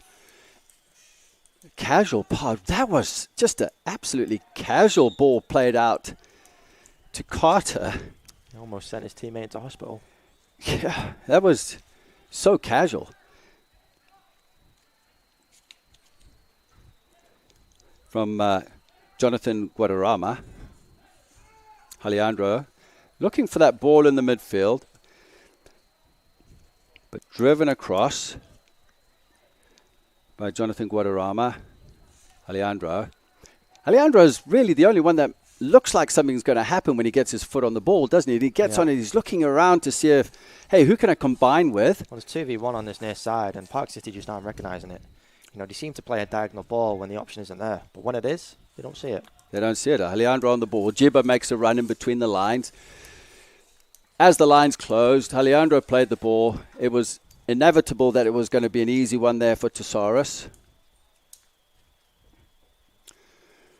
Yeah, and like you said, the out of the picture, there's overloads on our near side, 2v1s, which were exposed in the first half, and they're not seeing it right now, as we have easily on the ball. Closed down by Cartier. He's got to be really careful. That's better from Park City. As they look to break it, it goes into the back of the net. Can you believe that? That is from Caleb White, just inside his half. As we look at this, Tesaurus caught off his line, who is now on the ground, clutching his feet. I've seen goalkeepers do this before. As the ball's launched in over his head, as you look at this, a clean strike. Tesaurus goes to ground. It looks like he did get injured there. But again, what a goal. It's just an opportunity. Something out of nothing, right, at the end of the day. Justin, to some extent, I agree, but that's all come from the pressure and the press that Park City have just put on their goalkeeper. You know, convincingly, the goalkeeper hasn't quite been there on the ball. He gave the ball away earlier in the game, inside his own box, and straight away there, he didn't seem to clear it and connect with the ball the way he wants. So that pressure from Park City has just added that pressure onto the goalkeeper, eliminated his time, made him make a decision, and he's panicked, he's rushed, he's mistimed his goal kick, his clearance, and he's been punished.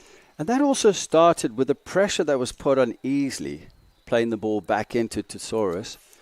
You know, so he was that's pressed. What the game has been crying out for. You know, Timbers have had the ball in areas where Park City can take the pressure onto them and try and force Timbers to make a mistake. Try and force them to play that pass into the middle to be intercepted. And as you've just seen, moment brilliance, I must say, but opportunities can be created. You know, the last time I saw a goal like that was possibly at the Euros. David Beckham did it a couple of times. I just saw one this summer, Patrick Schick. That's right. Czech Republic, you know, got the ball, keeper comes out, miscleared it, and simply like that, and just put the ball on the goal. Take your chances when they come in. It's an opportunity. Thoughts now with the momentum, this could actually motivate Park City back into the game, couldn't it? Yeah, you know, they've just seen themselves, you know, they've just witnessed it, what the pressure can do. You know, it's easy for us to say it up here watching from above, but when they actually see it and do it themselves, that's a wake-up call now to be like, oh, wow, look what that can cause. Look at the pressure. Look at the mistakes that can be made.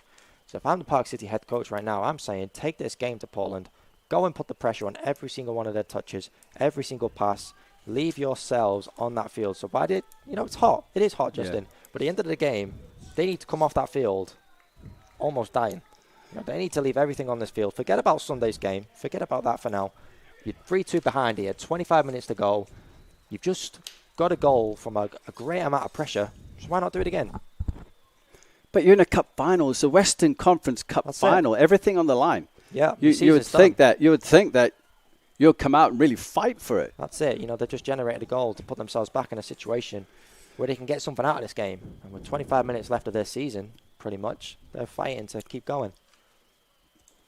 Well, with 25 minutes left in the match today in the Western Conference Final, US League 2, here at Valley Stadium, it looks like there's going to be a change. I see the substitute goalkeeper coming into the game. Trevor Wilson is jogging in. It looks like Tesaurus. It looks like his day is done. Although they're both out there. Giving it to Chelsea at the FA Cup final. Remember that? Waving him off? Yeah. No, but the change is happening. Tesaurus picks up an injury. And again, Park City right now, if I'm a player in white and I see a new keeper come onto the field in a cup final, I'm testing him. I'm putting the ball practically on his toes. I'm taking as many shots as I can, try and get a movement, and you never know. He's fresh into the game, no touches. Might have a couple of mistakes in him, so...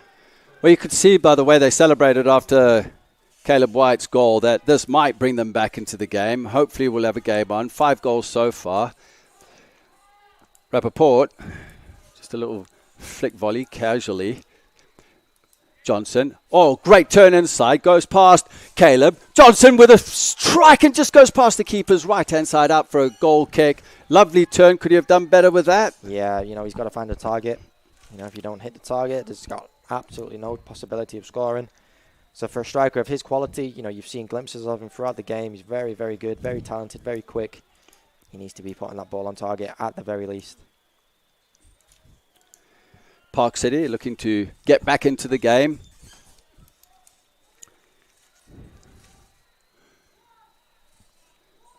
Sosa up front. There's 2v1 overload in here for Park City. It's not even 2v1, Justin. That's 2v0. 2v0 to be honest with you. And they find it too late. Guadarrama just gives the ball away. Can recover and the space is gone. Afonso, opportunities down here. Yeah, there's great opportunities down here to get 2 players running into space. You know, I feel like Portland have gone maybe still in that back 4, but the number 4 for Portland Timbers, the right back, has been caught out of position a couple of times. He's tucking in very, very close to the centre backs, and that's leaving 2 players free down this left side. Carter got Sosa inside, wearing jersey number 10, goes to ground, grabs the ball, gets up, looks for a quick free kick, decides, nope. I'll leave that. Alejandro, decent ball in. Yeah, you want to see the right back now explode down the right 2v1, side. 2v1, there's the option. Overlap. Comes inside Sosa. Onto his right foot, delivers. What a great save there by Wilson to his left. And we spoke about the goalkeeper coming in. Time to test him. What a fantastic save. But what a strike there by Sosa on the volley. Yeah, it does very well to keep the ball juggling. Great control over the head, and it's a volley. It's a special goal if it goes in. It's a fantastic save there by Wilson. But again, just before that, you know, the overlap needs to be done a lot faster and a lot more aggressively, and the opportunity would have been there to cross the ball. And we spoke about that earlier as Park City get the ball on the edge of the area. Deliveries closed down. And again, set pieces can be the make or break. And you put the ball into dangerous areas, and he found himself in a good angle there. Sosa. Misjudgments in there. Timbers happy to get the ball cleared away.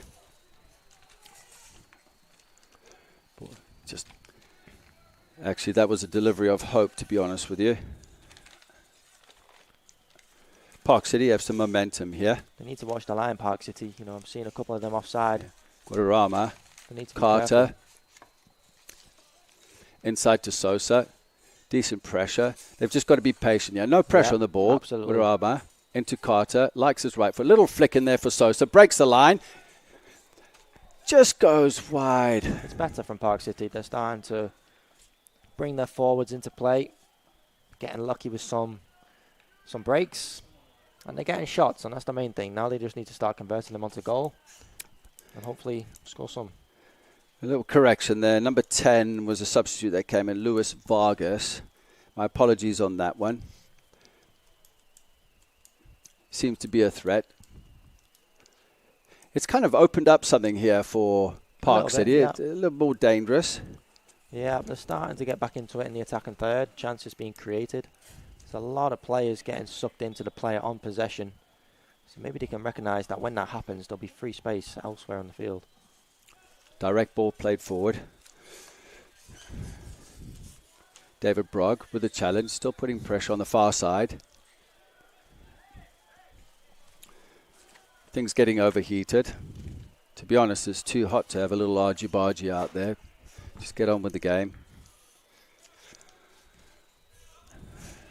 Good positioning there from Johnson. I was a little bit optimistic there with that type of delivery there from the right back for Park City. Paul Richnow.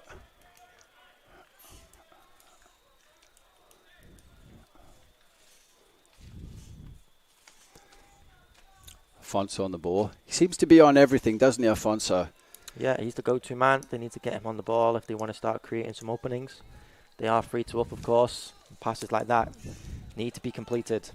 Easily he's out of position. Gets back in quick. Carter cuts it onto his right foot. Ball over the top here for Vargas in a dangerous position. Could have done better with that. He didn't take the ball into his grasp. With Rappaport lurking.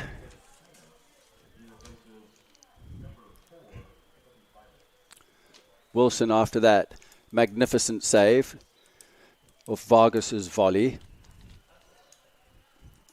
Delivers the ball out, touchline, near side, just inside Portland Timbers half.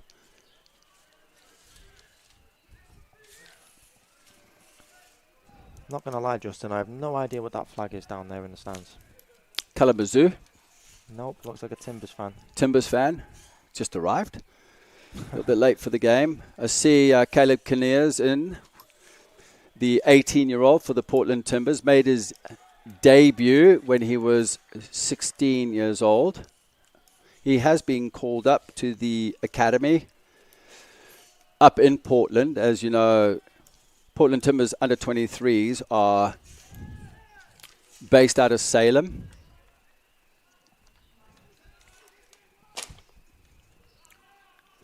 As the ball's played forward, near side. Caleb Kinnear on the ball. Kinnear.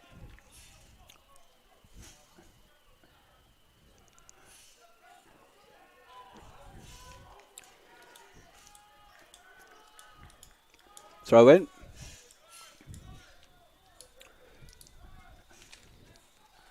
Ball driven forward, looking for Sosa. It's going to take a lot to beat Angelo Calfo, the centre back.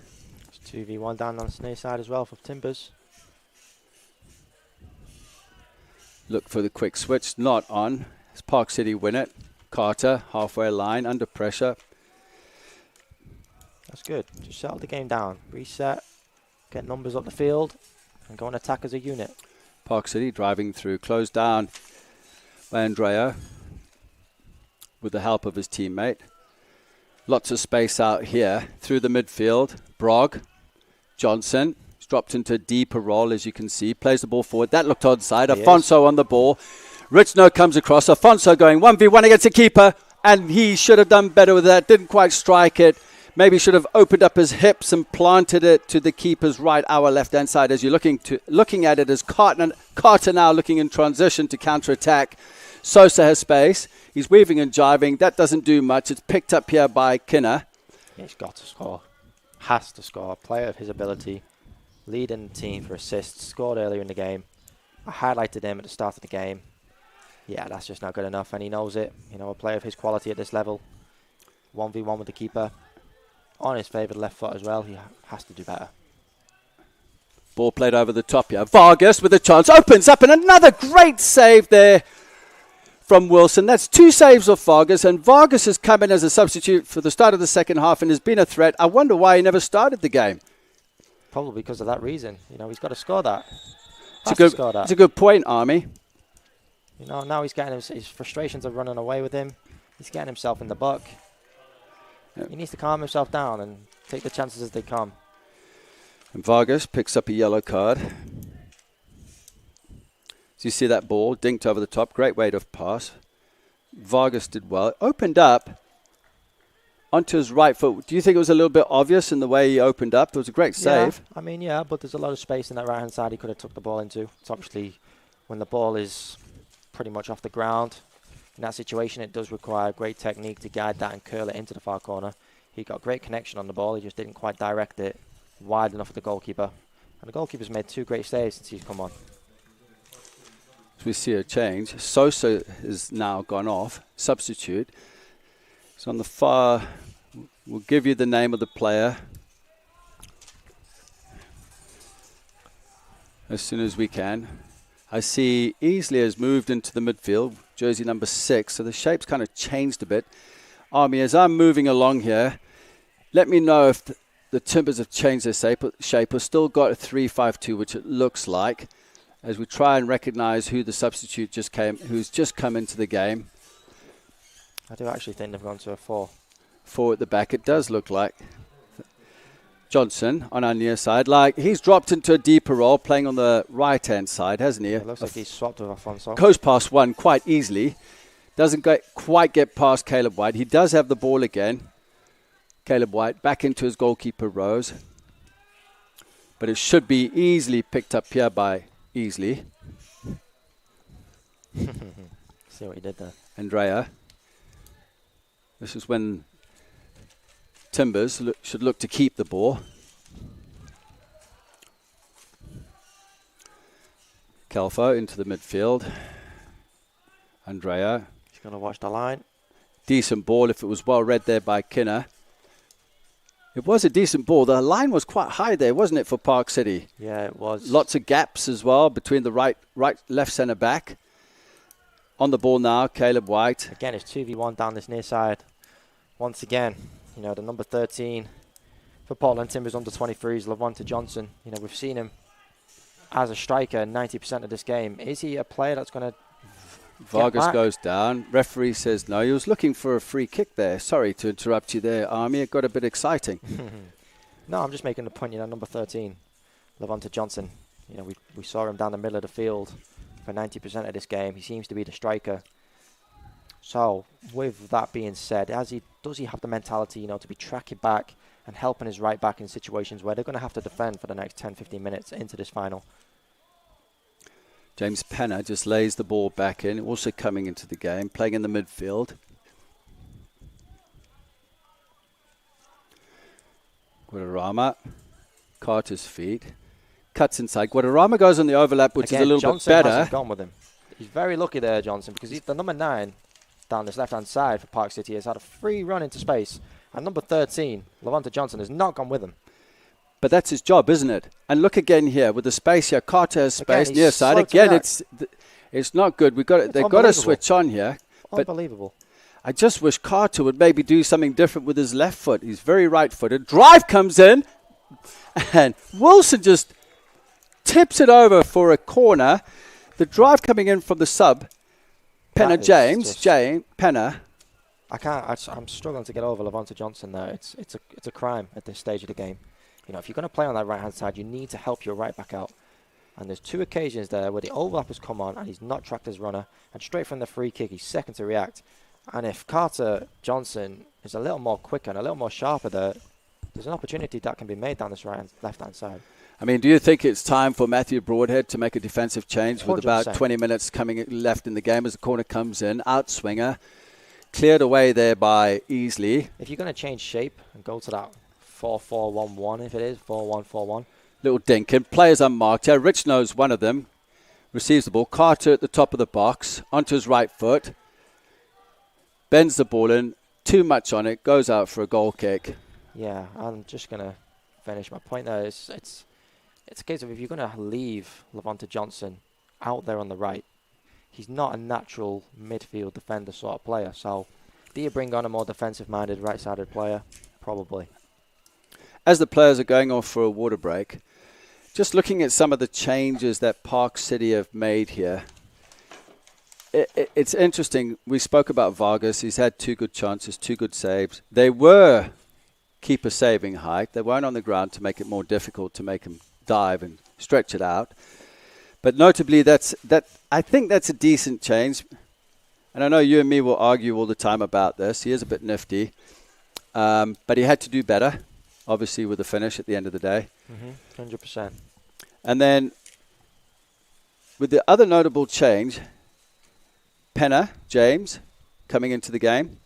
wearing jersey number 13, also had a strike when just tipped over by Wilson for a corner. And speaking of Wilson, who came in for the injured Thesaurus, has not done too badly himself, has he? No, he hasn't. You know, he's got himself into a game and he's trying to make things happen. So 10 minutes to go. You know, you're looking out now. You're crying out for someone, for Park City especially, to go and take this game and keep them in a final. And as for Portland, it's an important part of the game now where they need to regain control of this and keep the ball moving.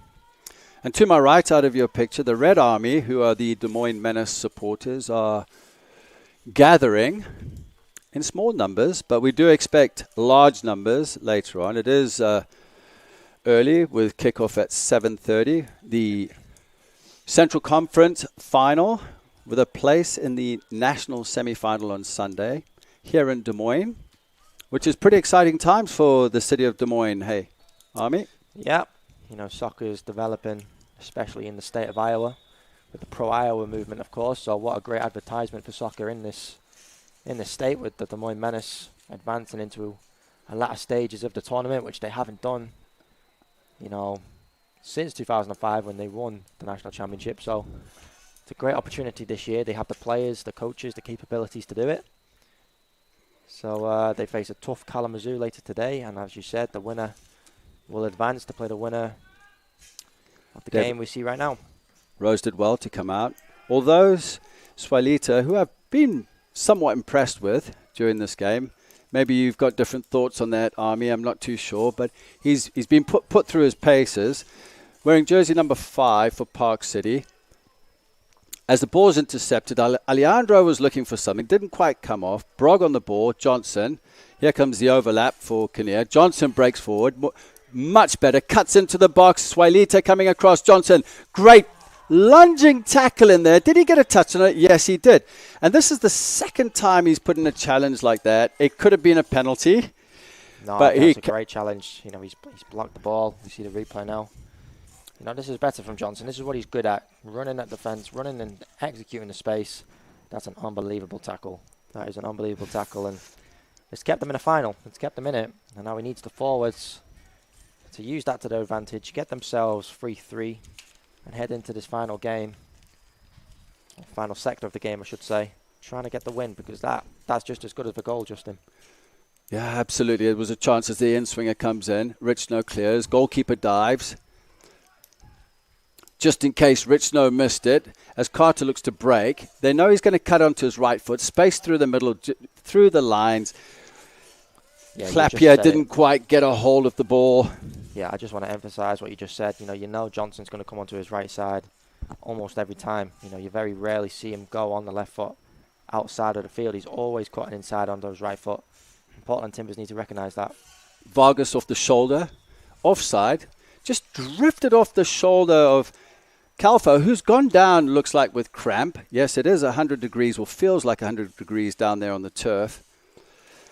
You know, Portland haven't played a game since July 16th. You know, they've had a week now, resting, recovering. Yes, they've travelled in between, but cramp at this part of the game is common.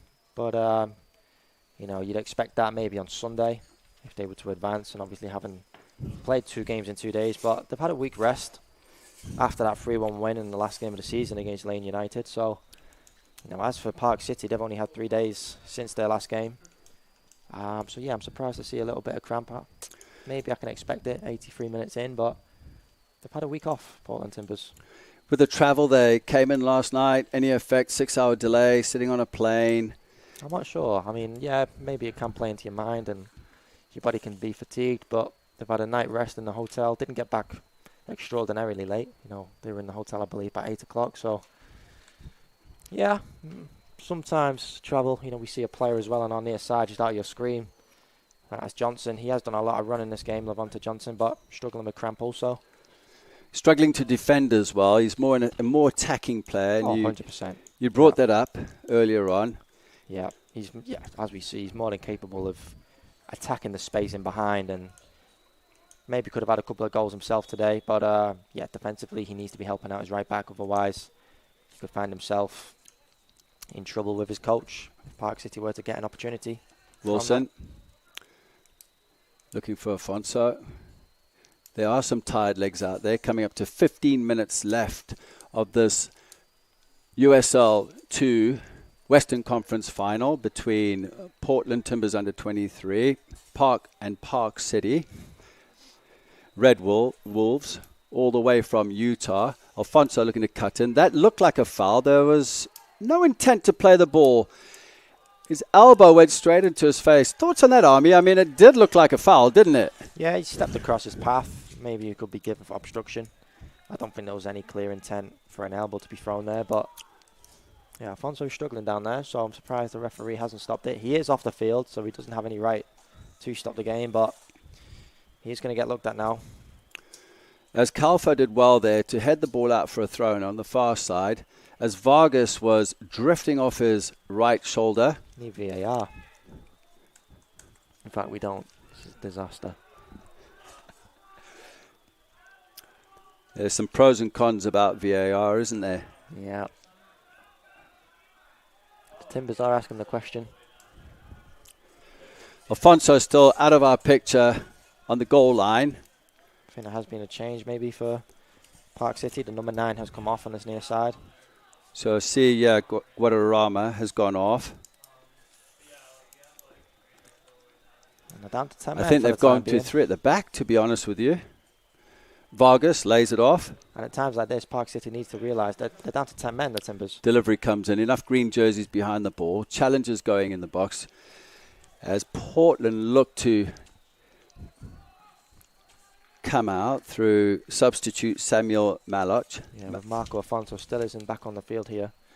Timbers defending with 10 men. Need to make this count, Park City. The last 3 or 4 minutes of the game. 11 v 10.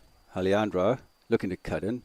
Some nifty skills. There's just the final product of Alejandro that I'd like to see more of. Just more quality. He'll beat one defender, 2 defenders, and just doesn't quite seem to find the pass or the definitive pass that is going to open up the Portland Timbers under 23s, who, by the way, moved to Salem in 2017. Now, I believe they moved from the city of Portland. And the day-to-day operations were taken over by Capital FC Timbers, who I believe are part of the Timbers youth organization. Someone can correct me if I'm wrong. Again, Carter. But he's got a player out to his left. Carter, he's very, very predictable, isn't he? He is, yeah. He keeps going onto that right-hand side. Doesn't use his left foot very often. And as you see, when he cuts in, there's enough green shirts around him so he can't play that penetrating ball down the middle. Yeah, he's getting the pressure from 3 or 4 players from Portland Timbers. And I keep stressing it, and I said it before, when players get sucked in like that, that means they're left vulnerable, Portland, in other areas of the field. So maybe he can move the ball a little faster. Some teammates can maybe go help him out to get him out of those tight areas. And he can go and punish the Timbers who get caught out. Penner, right foot. Decent ball into the box. Coming at the far post, and there's the equalising goal here for Park City. With 2 minutes left of the match, and could this game go to overtime, or extra time as we could say? The goal there is scored by that man again, Caleb White on the far post. We'll have a look at this again. Looks like the Moy Menace players and the Kalamazoo players, they're going to have to go and as you see, have a little sit down. Caleb White coming on the far post. I don't think Wilson could have done anything with that. It's a great delivery into a dangerous area. Does well to get on the end of it. And I'm sure both teams who are playing later tonight are going to have to chill out for a little bit longer. Well, it looks like we will go to extra time unless there's a miracle that happens right now. But you could see it coming there, Army. It wasn't like the first half. You could see something was going to happen and felt like something was going to happen with some of the changes that were made, attacking changes. As you can see, they've gone to a 3 at the back, Park City. Well, Park City were attacking that corner with 11 men compared to Timbers, who only had 10 on the field. You know, Marco Afonso had spent a couple of minutes off the field at this point. Now the Timbers have to try and make something with Johnson down the right-hand side. Suelito comes across and covers. And he's back down again with cramp. I just think Suelito's covering for 1 or 2 players that aren't doing their jobs right now for Park City. Yeah, you know, he's stepping up. He's been the man from the back. He's won his challenges. And you know what, Justin? I think that goal right there, that's made it 3-3, was just as important as his defensive tackle on the other end. So, as I said before, his tackle on Johnson earlier in the game with a couple of minutes left. And I believe that's the last we've seen of Johnson.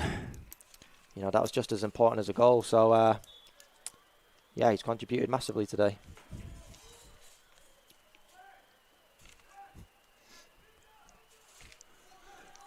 I'll give you his replacement as soon as we get notification. Yep, I believe it's number 8, Slingsby, Devin Slingsby. Player for player change. Johnson goes off injured. Picked up a cramp earlier on.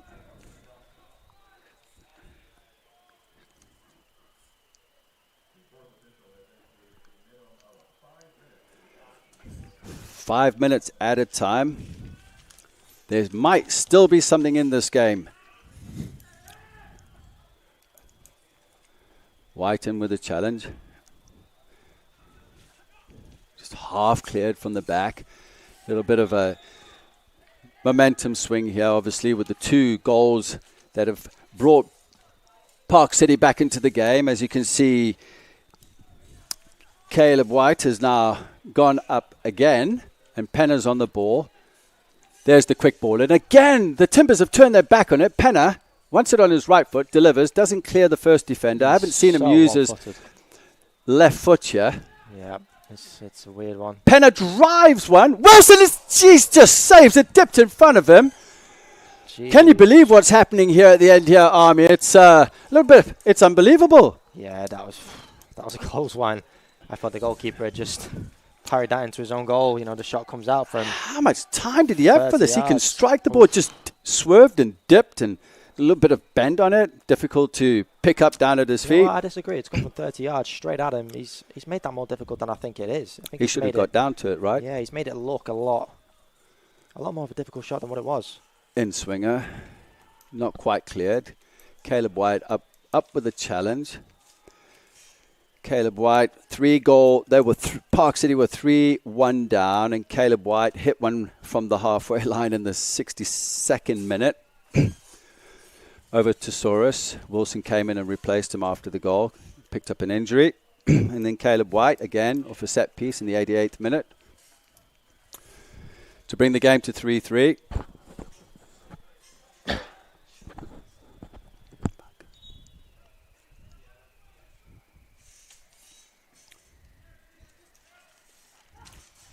Carter tries to bring the ball down on his chest. Oh, that's a dangerous one.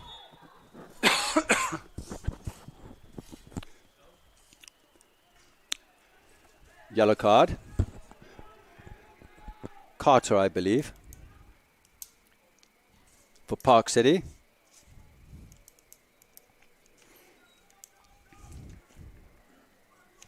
Park City, second yellow of the game.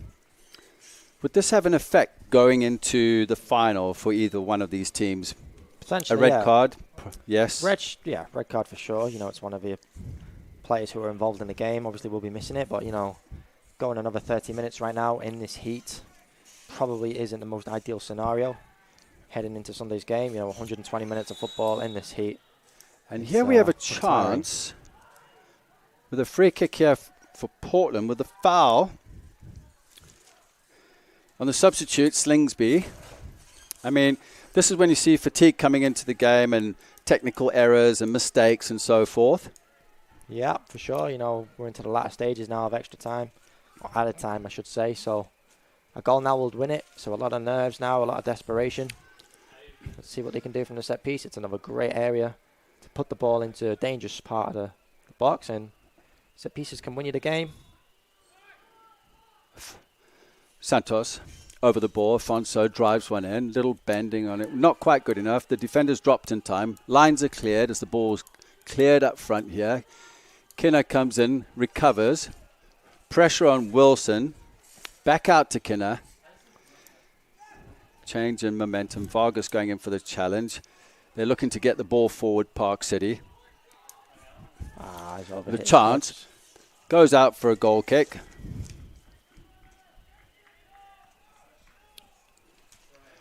some of the Portland players are really struggling out there.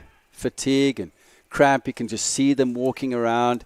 There's a little bit of energy coming from within Park City leading into extra time, and this could be massive on their part. Yeah, I see Coach McKeever down there by the Menace locker room, and of course the Kalamazoo players, they'll be encouraged from what they're seeing right now.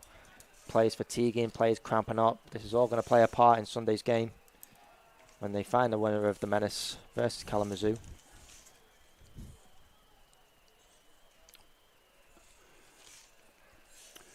I'm sure Portland Timbers will be quite happy to take this into full time, going into extra time. Having said that, not happy about conceding the third goal to bring Park City back into it, tying the game 3-3.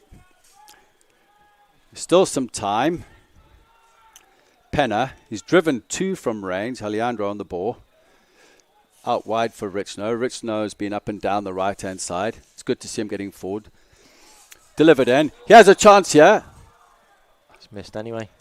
Yeah, you're absolutely right there, but yeah, that's his third chance, isn't it? Yeah, if only they could have been playing like this 30 minutes ago. You know, opportunities have been coming thick and fast in the past 5-10 minutes. And it's unfortunate.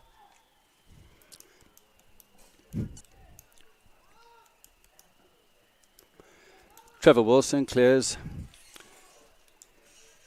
No pressure there on Sualitas. The referee blows for the 90 minutes are up. This game, the Western Conference Final, is now going to extra time, which will be 2 15-minute halves, 30 minutes in this heat. Portland Timbers are very fatigued. We'll take a quick break and we'll be back shortly for the start of the first half of extra time.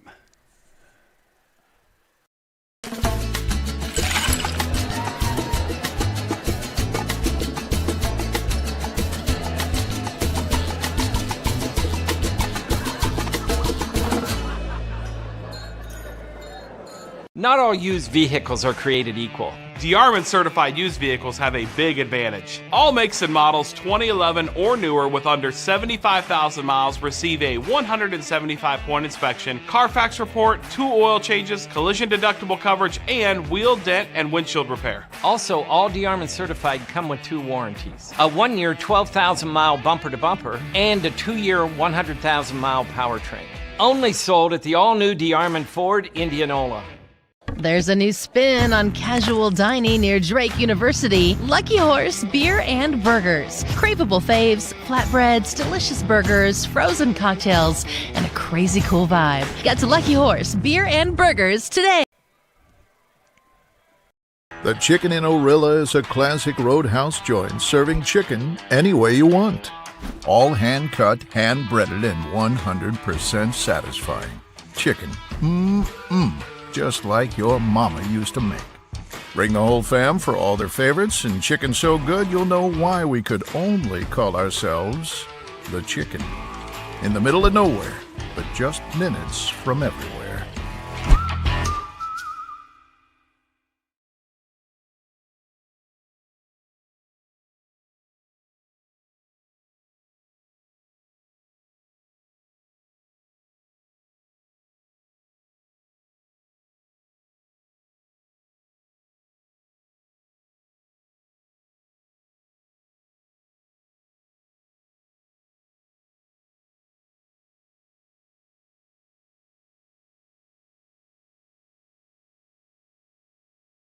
Welcome back to Valley Stadium. If you've just joined us, we're going to extra time here at the Western Conference Final. Justin Forster with Army.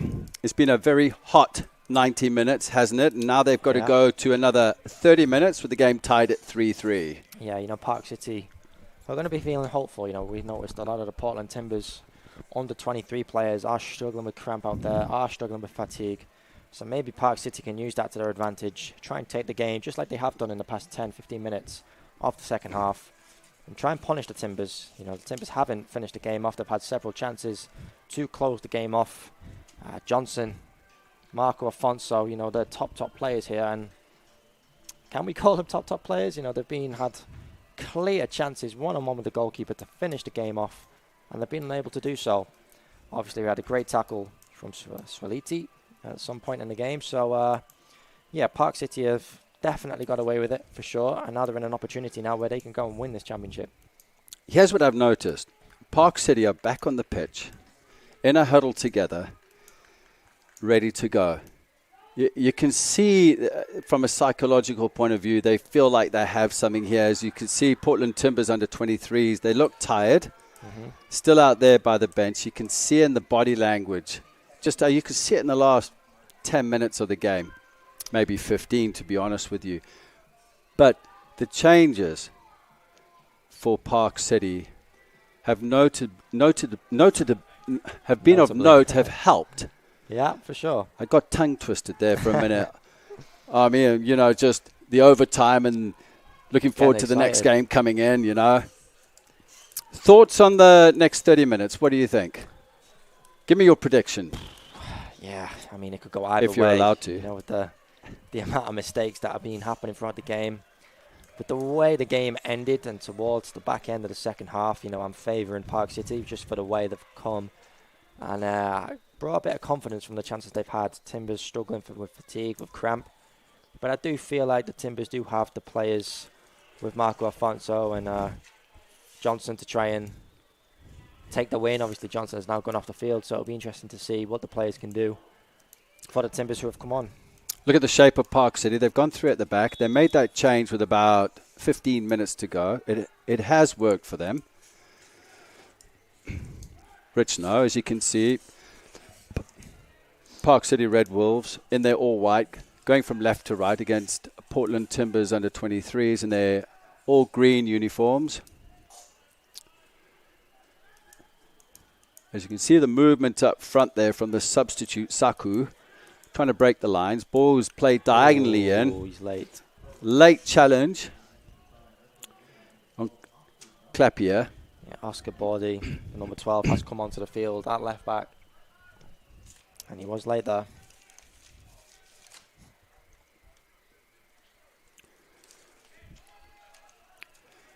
Oscar Bowdy coming in for the start of the first half of overtime.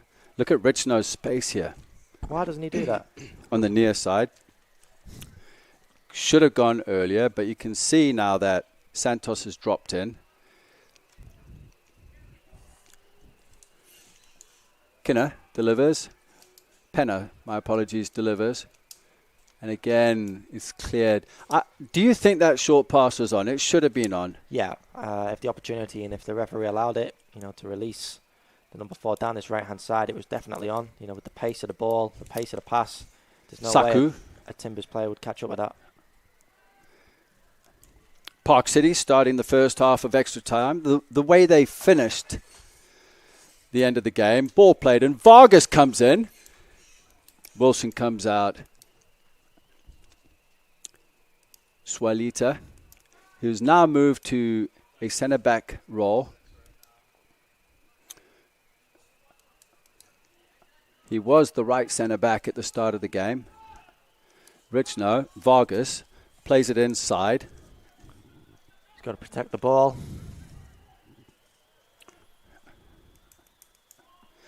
Pressure far side.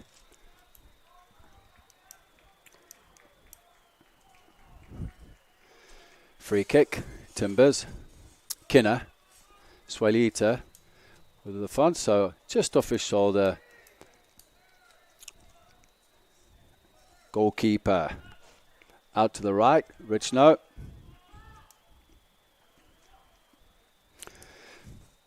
Ian Rose, who had a very, very busy first half, has had somewhat of a relaxing last 20 minutes, which he probably needed, as Saku plays the ball out to Carter.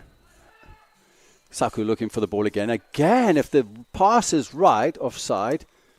The amount of offsides we've seen this game, Justin, is unbelievable. It's criminal, isn't it? It's unbelievable. Absolute criminal. White went up for the challenge, but Swalita had it covered, leaving the ball there for Rose. Caleb White on a high, scoring 2 goals to bring Park City back into the game. Now near side here we have Klapiak. Roshnor decides to go inside. Okiyoshi Still can't turning believe around. I'm seeing a player run around there with 101 on his back. Alejandro, a little combination there with Klapia. Klapia looking for it again. Intercepted. Ball out to Santos. Looking to combine. It's intercepted by Penna. Now cleared away. Afonso onto the ball. Rose comes out. Good starting position from Rose. But kicks the ball out on the far touch line. On the halfway line. Quick ball played in here for the Timbers. Overload on the far side. Comes across. Brog on the ball. He's got Santos. Santos going in with the challenge.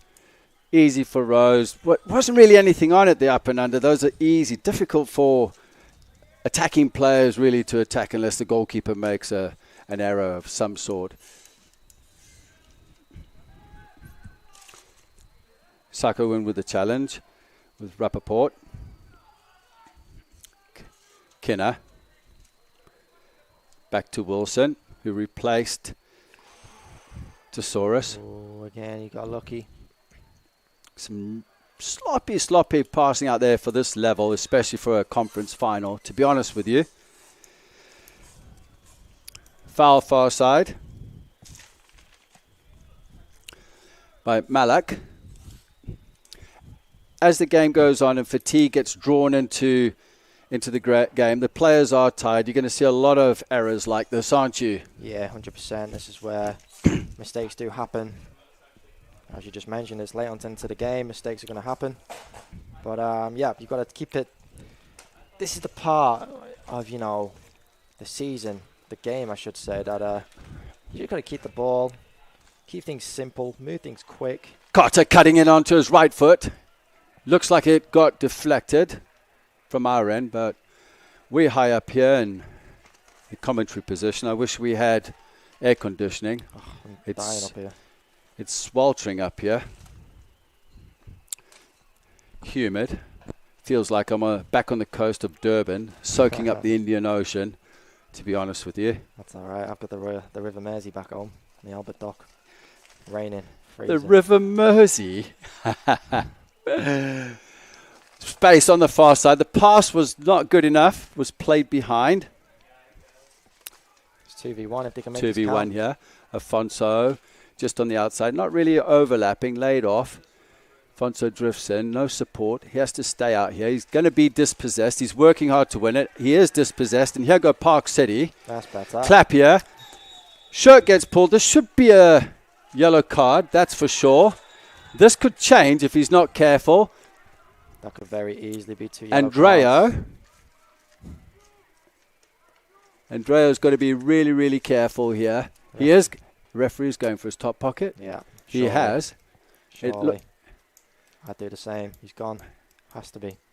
It looks like he's gone. And this would be he would be very disappointed if this happens. The referee says no. Wow. Army, what do you think of that? Yeah, he commits the foul, which is a yellow card. He's stopped the motion of play. And he's lost frustrations there. Shouts at the referee and threw the ball away, which to me is another yellow card. So, do you think that was done out of frustration? Oh, 100%. 100%. But they're the kind of situations you can't let your frustrations run away with you. And he's very lucky there still to be on the field. If that was me, that's 2 yellow cards straight off the bat. And he'd be walking off into the locker rooms right now. Penna delivers, looking for Vargas. Kalfa up with the challenge. Andrea. His pass gets intercepted by Caleb White. Okiyoshu gets fouled again. Portland Timbers have been very, very sloppy, haven't they? They've given away 4 or 5 fouls in the last 4 minutes or so. Alejandro, the momentum has certainly changed in the favour of Park City. Yeah, absolutely. Vargas coming in. He was slightly offside, and he did score this one. Oh, he did? Yeah, he did. Turn my back on that one because I just can't believe he was offside again. And if you've just joined us, you're watching the Western Conference Final of the USL League 2 between Portland Timbers under-23s and Park City Red Wolves from Utah. The score is 3-3. Caleb White scoring 2 goals to bring Park City back into the game as he heads the ball trying to clear his lines. Okayushi on the ball, closed down by Afonso. And out for a throw-in.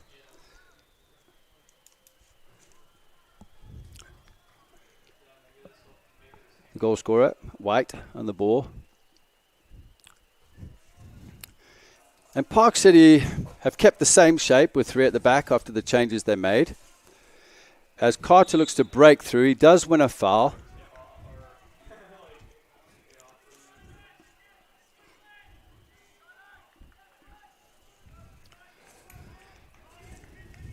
Very deceptive how Carter comes in on his right foot. But it's so predictable. Yeah, he's done it all game. He's done it all game. If you're a Portland defender now, you want him, show him on the left-hand side, so he has to go down that side, and that's where he's clearly more uncomfortable. Andrea out to Afonso on the far side, forces a corner. Saka with a bit of pressure. Long throw in.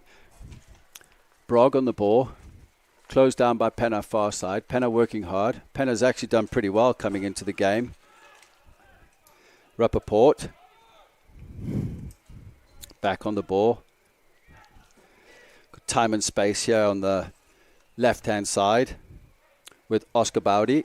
Bowdy inside to Santos. Santos delivers. The ball comes across, and that is an absolute opener and should have been finished. As you can see, the Portland Timbers players are all on their knees, and I think that was the substitute. As you can see, Santos, decent ball in, and that should have been a finish. That was a glorious chance. Yeah, I'm speechless, Justin. Malik, the substitute. There's not a lot to say about that. If you're watching, I'm sure you know what should have happened in that situation. Yeah, I'm not too sure how he's missed that. And hopefully, for him, for his sake, his teammates, they don't come back to bite you, because Park City are more than capable of scoring. And Timbers have had so many occasions to put this game to bed. It's actually frightening. Afonso far side, closed down by White. Ball played in. Brog breaking the line, under pressure from Richno. He's very tight, out wide. Santos tries to deliver, goes out for a corner. As there's inspiration from the Timbers bench on the far side. I'm sure the fans back in Salem at the party at the indoor centre, I'm sure they're biting their nails right now. Or they have no fingers left. Fonso, far side. The big boys are in the box. It's going to be a left-footed in-swinger. Near post run from Brog. Doesn't quite happen. Rappaport. Why is he ducking? Cleared out for a throw-in. 3 minutes left of the first half of extra time or overtime, whichever term you would like to use.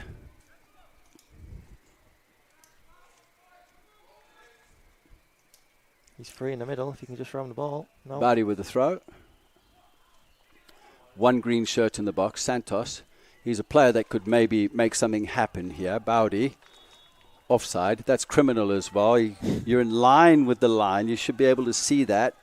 Yeah, absolutely.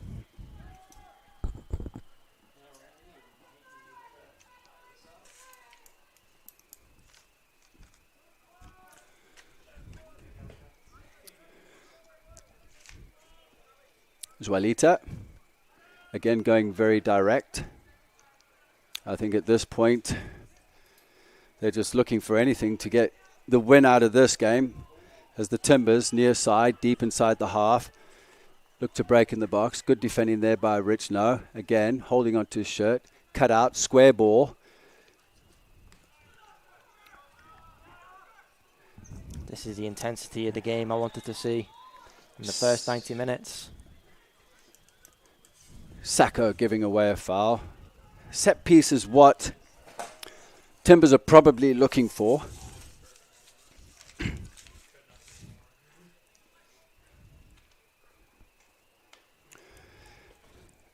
can see the big lads have gone forward. Still looking very, very tired out there. Santos delivers, right foot, cleared by that man again, Zwalita. Rich notes, ball's just bobbling everywhere. And it's headed back to his goalkeeper, Carter. I mean, to be fair, Carter's been through a lot of work in the 90 minutes plus this. Yeah, he's done well. Very predictable, but he has done well. Penner.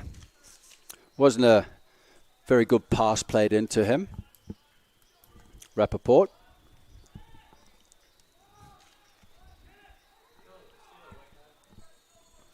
Yeah, the goalkeepers are not very convincing with their feet at all. If I'm Park City, I am pressing them like crazy. Trying to speed up the decisions, rushing them into the mistake. If you're in that situation, wouldn't you want Wilson, instead of doing that, just to maybe just clear the lines up to the halfway line rather than give away possession there? I mean, it was half-hearted. Yeah, I'm sure if he could, he would try that. I think it's just a case of his lack of quality. Alfonso on the ball. Santos is the only player in there. He's really tired. You could tell by his run. Closed down by a bunch of white shirts. Cleared, but not quite cleared enough. With Brog on the ball. Santos cuts in. Onto his left foot. Well played by Santos. Chance in here. And Alfonso strikes, and his teammate runs across the line. And it hits him. I can't believe this. I can't believe it. Here's a chance of you. As you look at this, again, Santos does really well here. Some nifty foot skills. And it's blocked by his own player. As you can see, Alfonso's not happy. I wouldn't be happy either, to be honest with you. Yeah. And Alfonso's down with cramp. It's unbelievable. That's the game right there, you know. That could have won you a championship right there, and your own players prevented that. He's obviously not meant to, and I don't know what he's doing running across the goal like that, but he's tried to get on the end of the cross, but Alfonso obviously was the more dominant player there. Yeah, he's blocked his own teammate. When you look at the two chances they've had. 2 chances? No, the 2 chances here in this half with Alfonso, and then the one earlier, the open goal that was missed there by Malik. If they don't go through, they're going to be kicking themselves. 100%. Not just that, it's going to be on the players' minds from a psychological point of view. Yeah, and you mentioned the 2 chances this half, but then the several chances they had late on in the game in the 90 minutes. They've had a good 4 or 5 chances, easy chances to put this game to bed, and they've not been able to do so. So they, for sure, if they lose this game, heading into Sunday as well, playing against Des Moines Menace or Kalamazoo, if they're missing those chances, it's a crime. And as you can see, we have a player from Park City down with cramp. Alfonso was down in the box with cramp. Down to my left, out of your picture, you've got Kalamazoo and the Menace players just relaxing up against the wall in the shade. Don't know how much shade they're going to get. It's about 100 degrees in the shade. I am disappointed that the taco truck isn't here. I was looking forward to burrito, but I guess we'll just have to do with a burger today, won't we, Army? On Charlie. It's not in my diet anyway, to be honest with you. As we're at half time here, we've got 15 minutes left of this match. If it's still tied 3-3, we will go to a penalty shootout. I would think that Park City would want to finish it now. But who knows at the end of the day? Who knows? I'm sure they'll miss the penalties as well. The way they've been striking the ball towards the goal. They've been missing a lot of chances.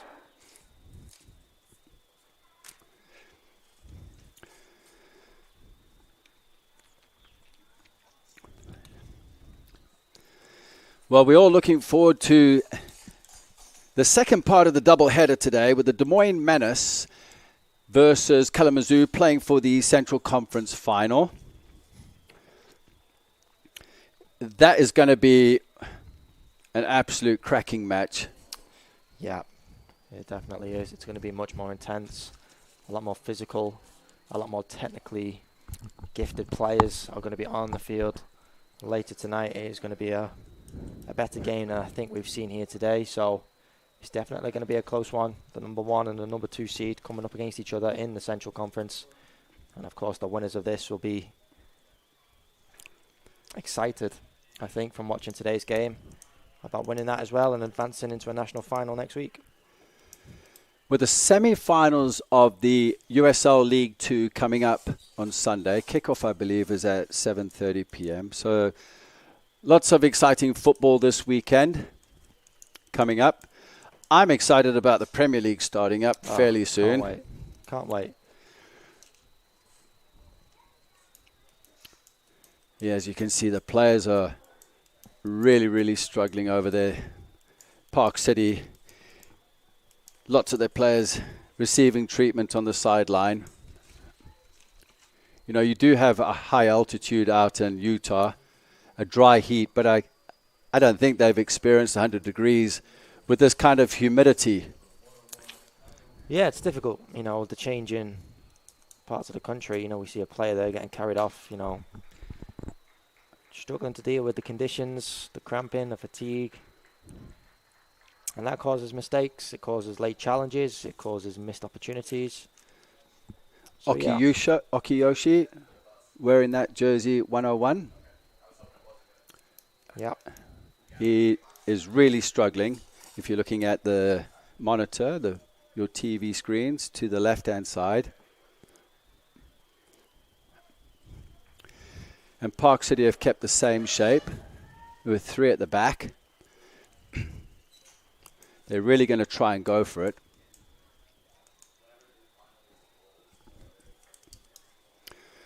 Well, here we go. We're going to start the second half of extra time here in the Western Conference Final between Portland Timbers, under 23s, and they're all green, going from left to right, versus Park City Red Wolves, and they're all white, going from right to left. 15 minutes to go. If there's still no score, we'll go to a penalty shootout to determine who is the champions from the Western Conference.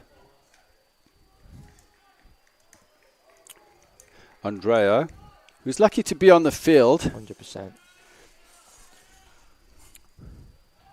Penna eludes the pressure from Brog. He was lucky there because it went square, nearly intercepted on the far side. Rishno looking for Zwalita. He's got loads of space in front of him. Looks for the ball into Vargas. Kinner deals with that easily. Space here on our near side, which would have been a better option, as Vargas finds Carter Johnson, again on his right foot. Alejandro. Penna looking for something of what he was looking in the first half. Yeah, I'm not too sure. Not enough technique on it. Yeah, it's always going to be difficult from that sort of position. It's going to require something special to score from there.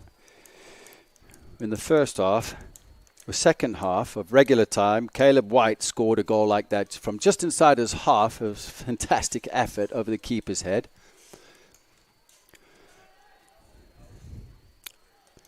Penna went in with the challenge.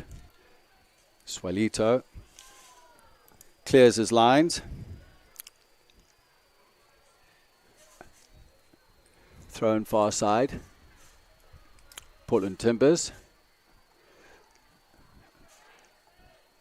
Brog, little 1-2 combination. Couldn't give the ball away there. Alejandro Brog does well to win the ball back. Looking for the diagonal, deflected. Good defending there from, again, that man wearing the number 11 shirt, Carter. Dropped into a deeper role there. He's been through a bit of work. Vargas looked offside, and he is.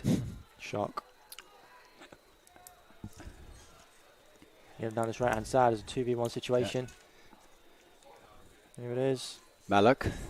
Great defending. Does well to cover the space. Helps his fullback out. Comes across. And that allows the Park City players to regroup in numbers and get themselves back behind the ball. Malik, the substitute, missed a sitter in the first half. On the ball now. Afonso walking into an onside position. Movement in the box. Far post. No near post runs. He had no options there. Absolutely no options. You're right, Amir. He was taking too long. Because on the far post he had David Brogg. Brogg had to restart his run again. Afonso did well there. He was in an offside position, put his arms in the air, not involved in play, didn't go for the ball. Afonso could play short to Malik. Decides not to. Left-footed in swinger. Plays it in near post. He has a chance and it just goes over the bar. And that was a chance for the Portland Timbers. And I feel that Andrea could have done better with that, that's for sure. Yeah, set pieces, I've said it on so many occasions, can be the make or break of a game. And they couldn't quite take advantage of that one. Poor delivery out the back there.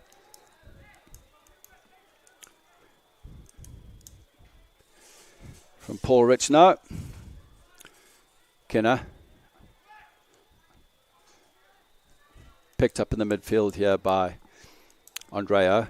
Out wide, looking for Santos. Santos is a player who could maybe make something happen. Yeah, takes on Richnow, cuts in onto his right foot, delivers. Keeper diving to his left. That was hold it out, the goalkeeper. Very easy for him. Bruce Grobbelaar style. Mind you, Grobbelaar would have done a somersault or two. Probably would have had a few beers as well while he's doing that. Yeah, probably. From the story you were telling me earlier. Andrea back into his keeper. Wilson doesn't quite clear his lines. Saku on the ball. Far side. Two defenders around him. A little bit optimistic there. Just taking a chance.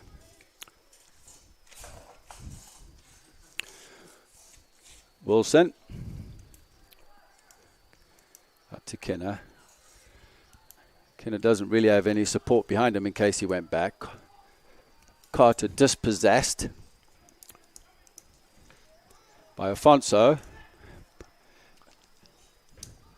Saku, well covered there. Here's a chance here for Park City. Ball Vargas onto it. Gets the header in.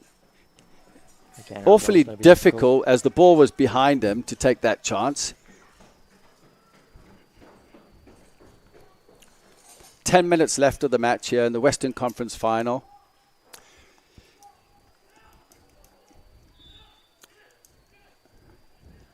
Wilson urging his players to get forward. Legs are going to be tired. They're going to be fatigued at this stage. Strong challenge by White. Bad ball there. Now Saku, bad touch going inside.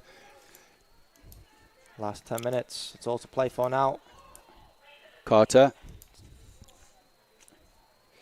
Little combination there with Uneo.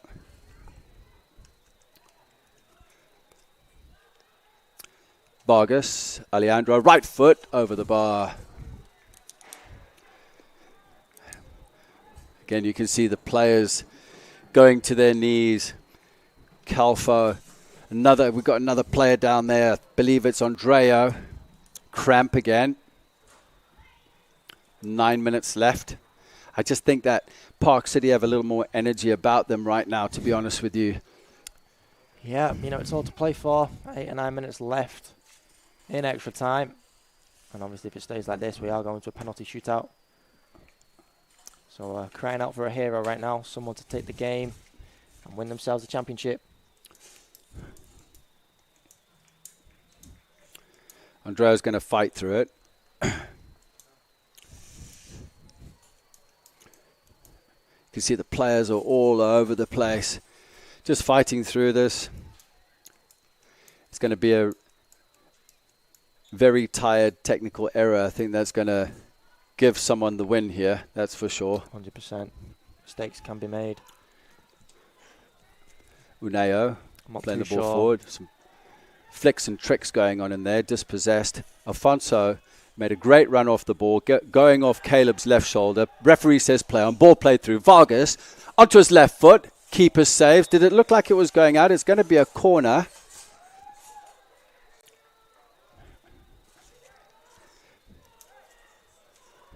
As you can see, Vargas didn't quite connect the ball. Yeah, he just didn't quite connect that ball. Technically was off.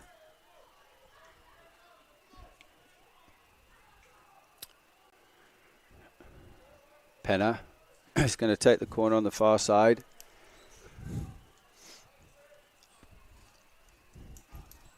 It's really opened up at the back there for the Timbers. Yeah, and another set piece now. Opportunity to win the game. Cross comes in, bodies go up, it's headed out, looks like it's a goal kick. And it was Caleb White again.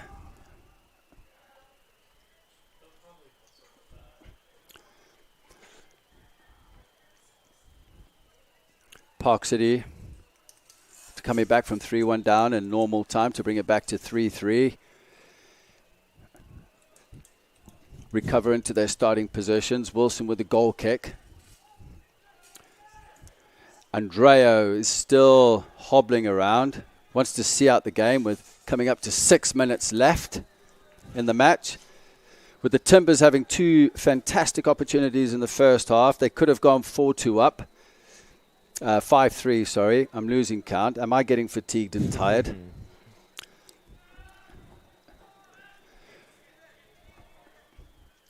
Carter. Vargas leaves it. It could have worked off with Alejandro. Yeah, they've got to work back in transition now. Park City, they don't want to be caught out.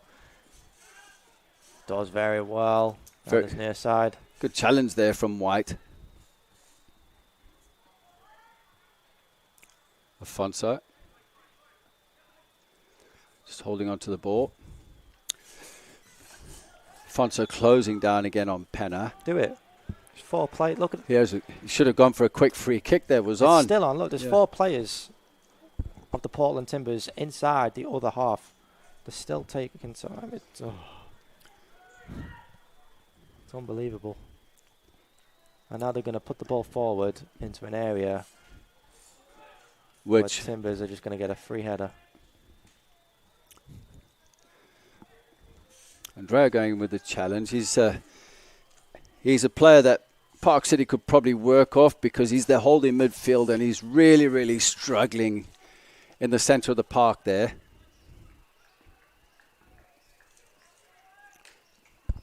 But you're absolutely right there, Army. They're not looking for the quick free kick with the numbers up. Here.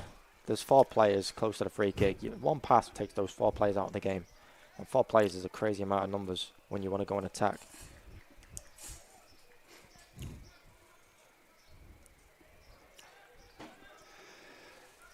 Timbers looking to transition. Penner in with the tackle. Penner's actually done all right since he's been on. Saku in the middle, just off the shoulder of Kalfo. Vargas loses his shin guard or shin pad after that strike under pressure there from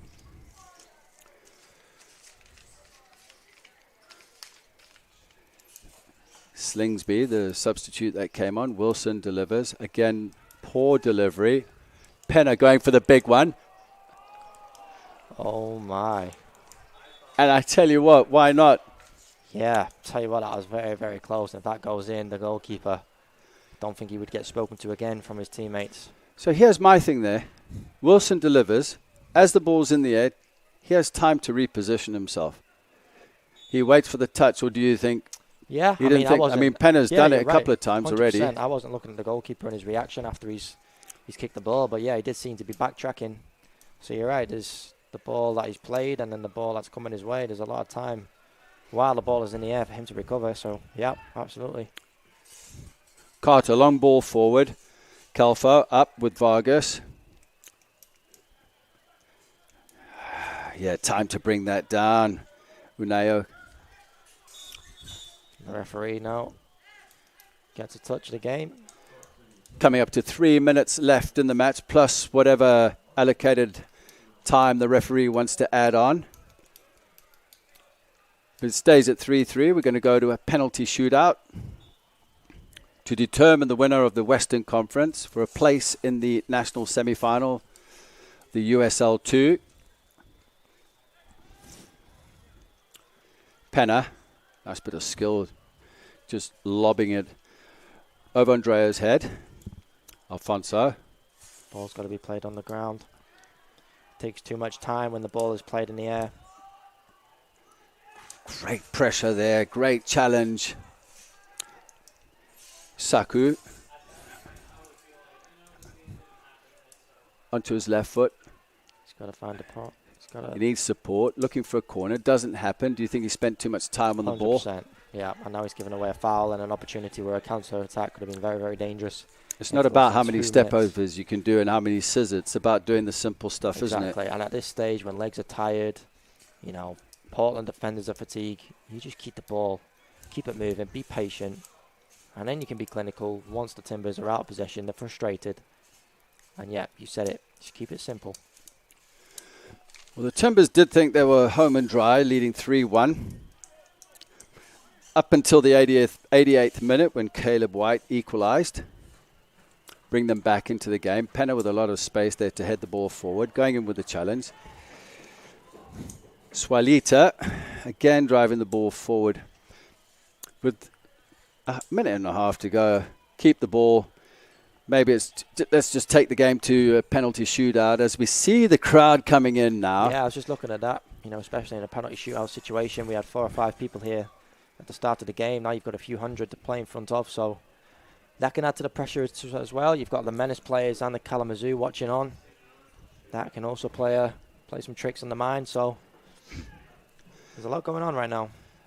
Great pass. A last effort here. Vargas again in space in between the two. Nice little combination out. Carter onto his right foot again. He can go onto his left foot. He's been too predictable. I don't know why he doesn't do it. He's very one-footed. He obviously has no confidence in his left foot at all, and the Portland Timbers have got him worked out right now. He was always going to come back onto his right foot there. He's been doing it all game. And there's a chance in the last minute that could have opened up if he was just a little more confident going on his left-hand side. Wilson. Penner back in his starting position, especially after the chance he had earlier. It's a great combination play, though, I must say. It's been a lot better. We need to see more of that, and I wish we had throughout the game. Especially in the first half, that's for sure. Yeah. Saku all the way back into his goal. That's just really poor from Ian Rose, who hasn't had much to do. Has not helped his team out at all there, and the pressure's going to come straight back onto them now. Kelfer. 1 minute. 1 minute of added time. 1 minute to win the game, and 1 minute to win a championship. Timbers down the far side of the field, out for a throw, and just in no hurry to take the throw in.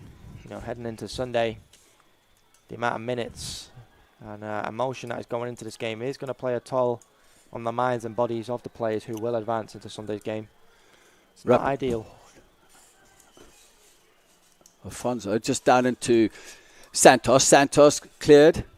Just blocked there on the far side. Delivers. Again, it's that man, Swalita, with time and space. Just clears the ball. Side foots the ball out for a throw-in.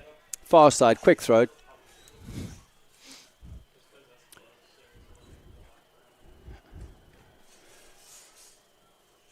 Right footed ball into the box.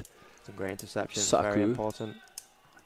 And that brings us to the end of the Western Conference Final. We are now going into a penalty shootout. We're going to take a quick break and then we will be back to see who wins the Western Conference Final.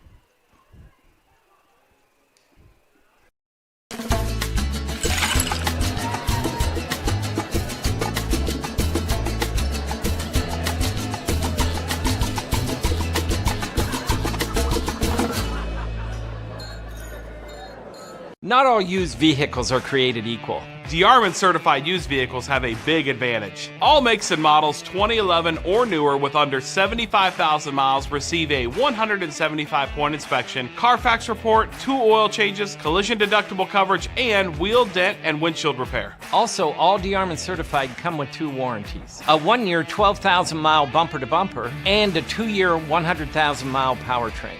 Only sold at the all-new DeArmond Ford Indianola.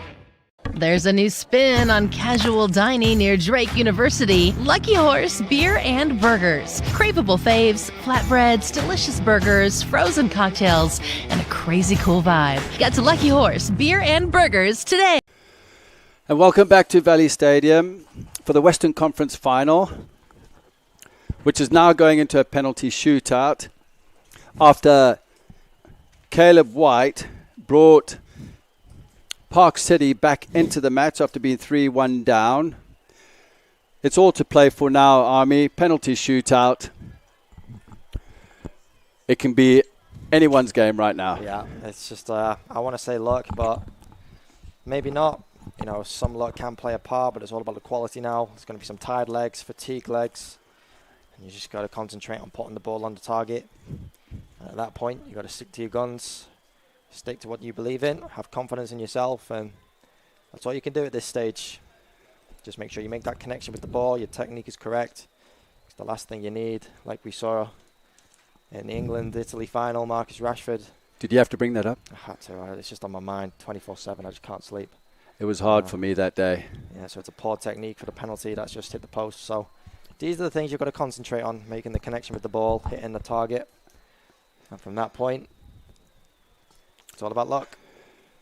Well, as this game goes to penalties, and you have the Madison Kalamazoo players who expected to kick off at 7:30, so their preparations have changed. 100%, yeah. Do you think this is mentally going to affect them in some way? Because they're itching to get out, aren't they? Yeah, you know, they'd have focused ahead of this game, regardless of when it starts. But, yeah, they had that 7 o'clock kickoff time, 7:30. And, yeah, now they're going to wait a little longer. They're going to be watching, and they'll be distracted from what's going on right now, but they've just got to refocus and remember that they've got to focus their brains on the fact that they've got a cup final coming up very soon as well. Well, with the penalty shootout coming up, obviously the 5 players are critical. Do you want to win the toss? If you win the toss, do you opt to kick first or second? I always like to kick first. I like to set the tone.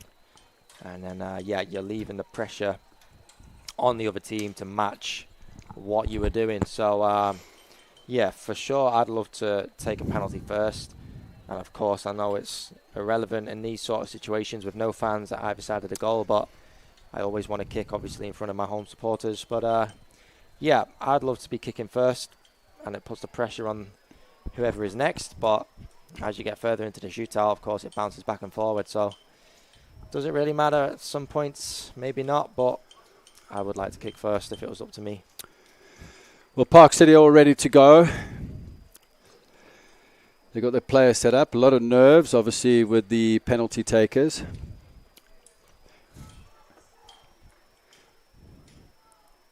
Hopefully, all the players with the experience stepped up, which I go back to that.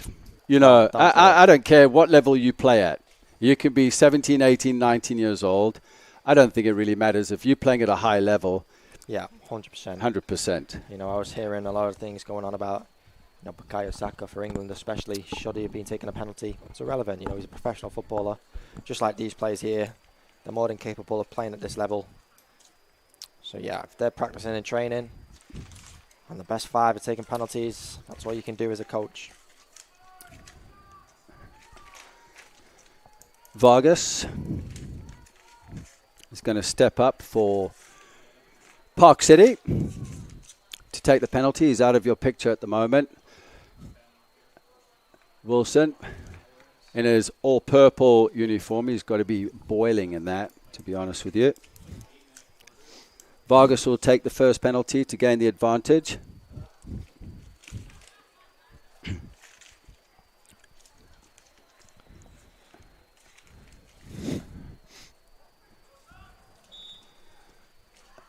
Steps up, drives the ball onto the crossbar, straight down, doesn't cross the line. The advantage to Portland at this point. He's absolutely canning that off the crossbar. As you can see the replay. Comes up, strikes, sends the keeper the wrong way, leaning back slightly, hits the crossbar, doesn't cross the line.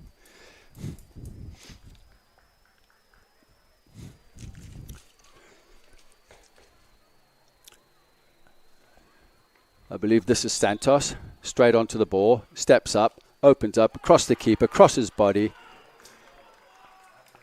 And finishes it to the keeper's right-hand side.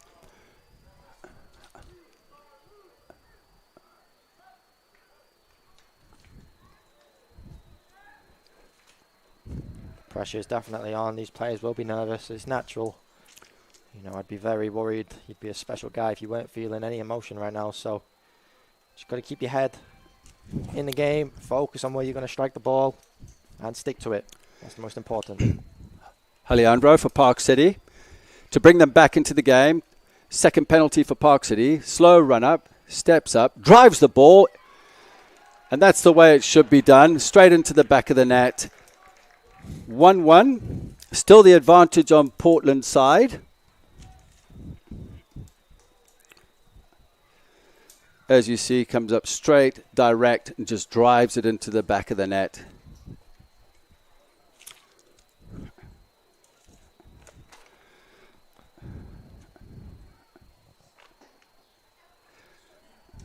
Second penalty here for Portland. I see the coaches from the Menace down there watching on. Straight up again. Ian Rose dives to his left, gets a hand to it, doesn't quite save it. It was a well-taken penalty. Portland still have the advantage, leading 2-1 after 2 penalties apiece. And Rappaport slots at home. Carter stepping up. My guess is he's going to use his right foot. Do you want to put money on it? Wilson set. Carter steps up and calmly, composed, puts the ball. That was a great penalty. To Wilson's left-hand side. Third penalty there for Park City as you see the replay. Great composure here from Carter. Absolutely fantastic. Great technique. Stepping up here for Portland. Ian Rose ready. Across the body. Ooh. Into the opposite corner. Absolutely fantastic. Brog keeping Portland ahead. Saves this, he wins, right? It's 3-2 right now. Yep. It's all in the hands of Penna. If Penna misses this, Portland champions.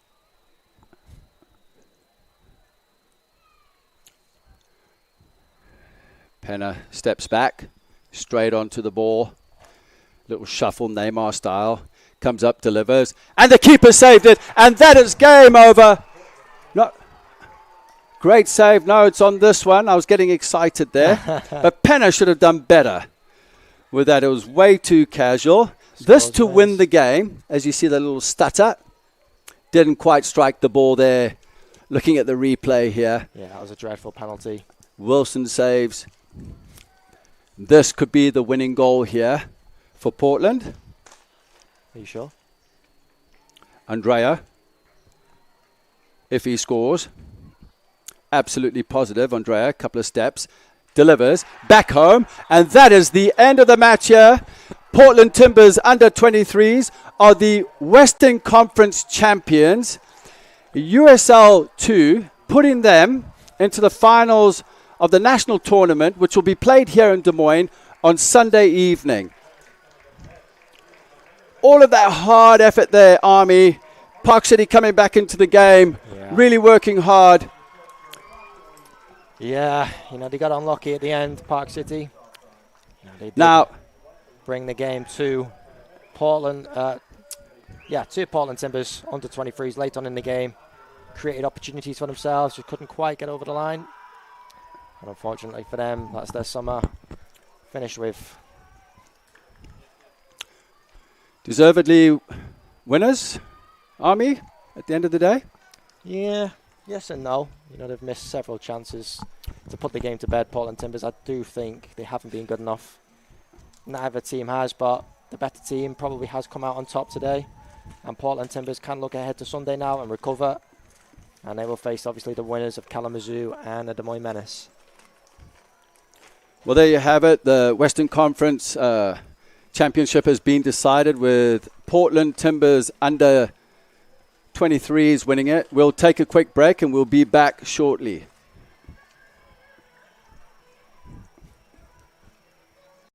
New spin on casual dining near Drake University. Lucky Horse Beer and Burgers. Craveable faves, flatbreads, delicious burgers, frozen cocktails, and a crazy cool vibe. Get to Lucky Horse Beer and Burgers today.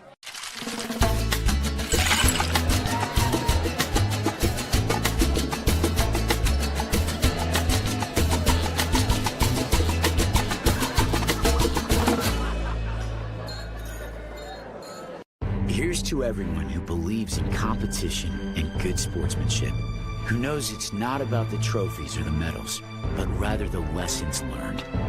For those who understand, it's not whether you win or lose, just that you give your best. So go ahead, lace them up, take the field, have fun, and play. For the experience, for the memories, for the love of the game. Shields. The Chicken in Orilla is a classic roadhouse joint serving chicken any way you want. All hand-cut, hand-breaded, and 100% satisfying. Chicken, just like your mama used to make. Bring the whole fam for all their favorites, and chicken so good you'll know why we could only call ourselves the Chicken. In the middle of nowhere, but just minutes from everywhere.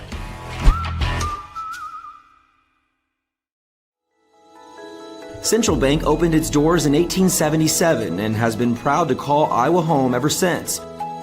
For more than a century, our family-owned business has worked hand-in-hand with friends and neighbors across the state to make their dreams a reality.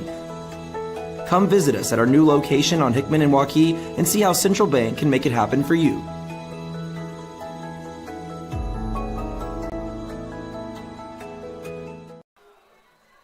Portland Timbers under 23s are the Western Conference champions, defeating Park City Red Wolves on a penalty shootout 4-2, clinical in the end with the penalties, and that's what it came to. 120 minutes of football.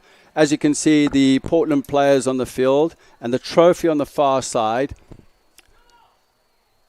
being ready to be presented to them. Army, a little bit of relief. That it's over? Or that they've won? For them, for Portland, that it's over. They got very lucky. They had several chances to finish the game off and were unable to take them. It was a painful game to watch at times. There was a lot of opportunities on both sides to win the game. Park City will feel unlucky. I do feel like towards the back end of the 90 minutes and into the extra time, they were the more likely team to score. But Portland were able to see it out, go to penalties, and did enough, obviously, to make themselves champions. Well, obviously, the coaching staff will be really relieved. And, when you look at the missed opportunities and the open goals in the first period of overtime, obviously a lot of relief there as well. But it's done and dusted. It's finished. Yeah, they need to enjoy this moment because this is what it's about. Being successful, winning games, winning trophies. Enjoy it with each other, with teammates. That's what it's all about. They've had a tough year, obviously, with COVID and everything. This is their first year back, and they've won a trophy. But, of course, after they lift that trophy, all focus has to go on to Sunday. On the far side, on the opposite side of the pitch, just out of our screen to the left, as you can see now, the Portland Timbers under 23s being presented with the Western Conference Championship trophy. I'm sure there's massive celebrations back in Salem, Oregon at the watch party.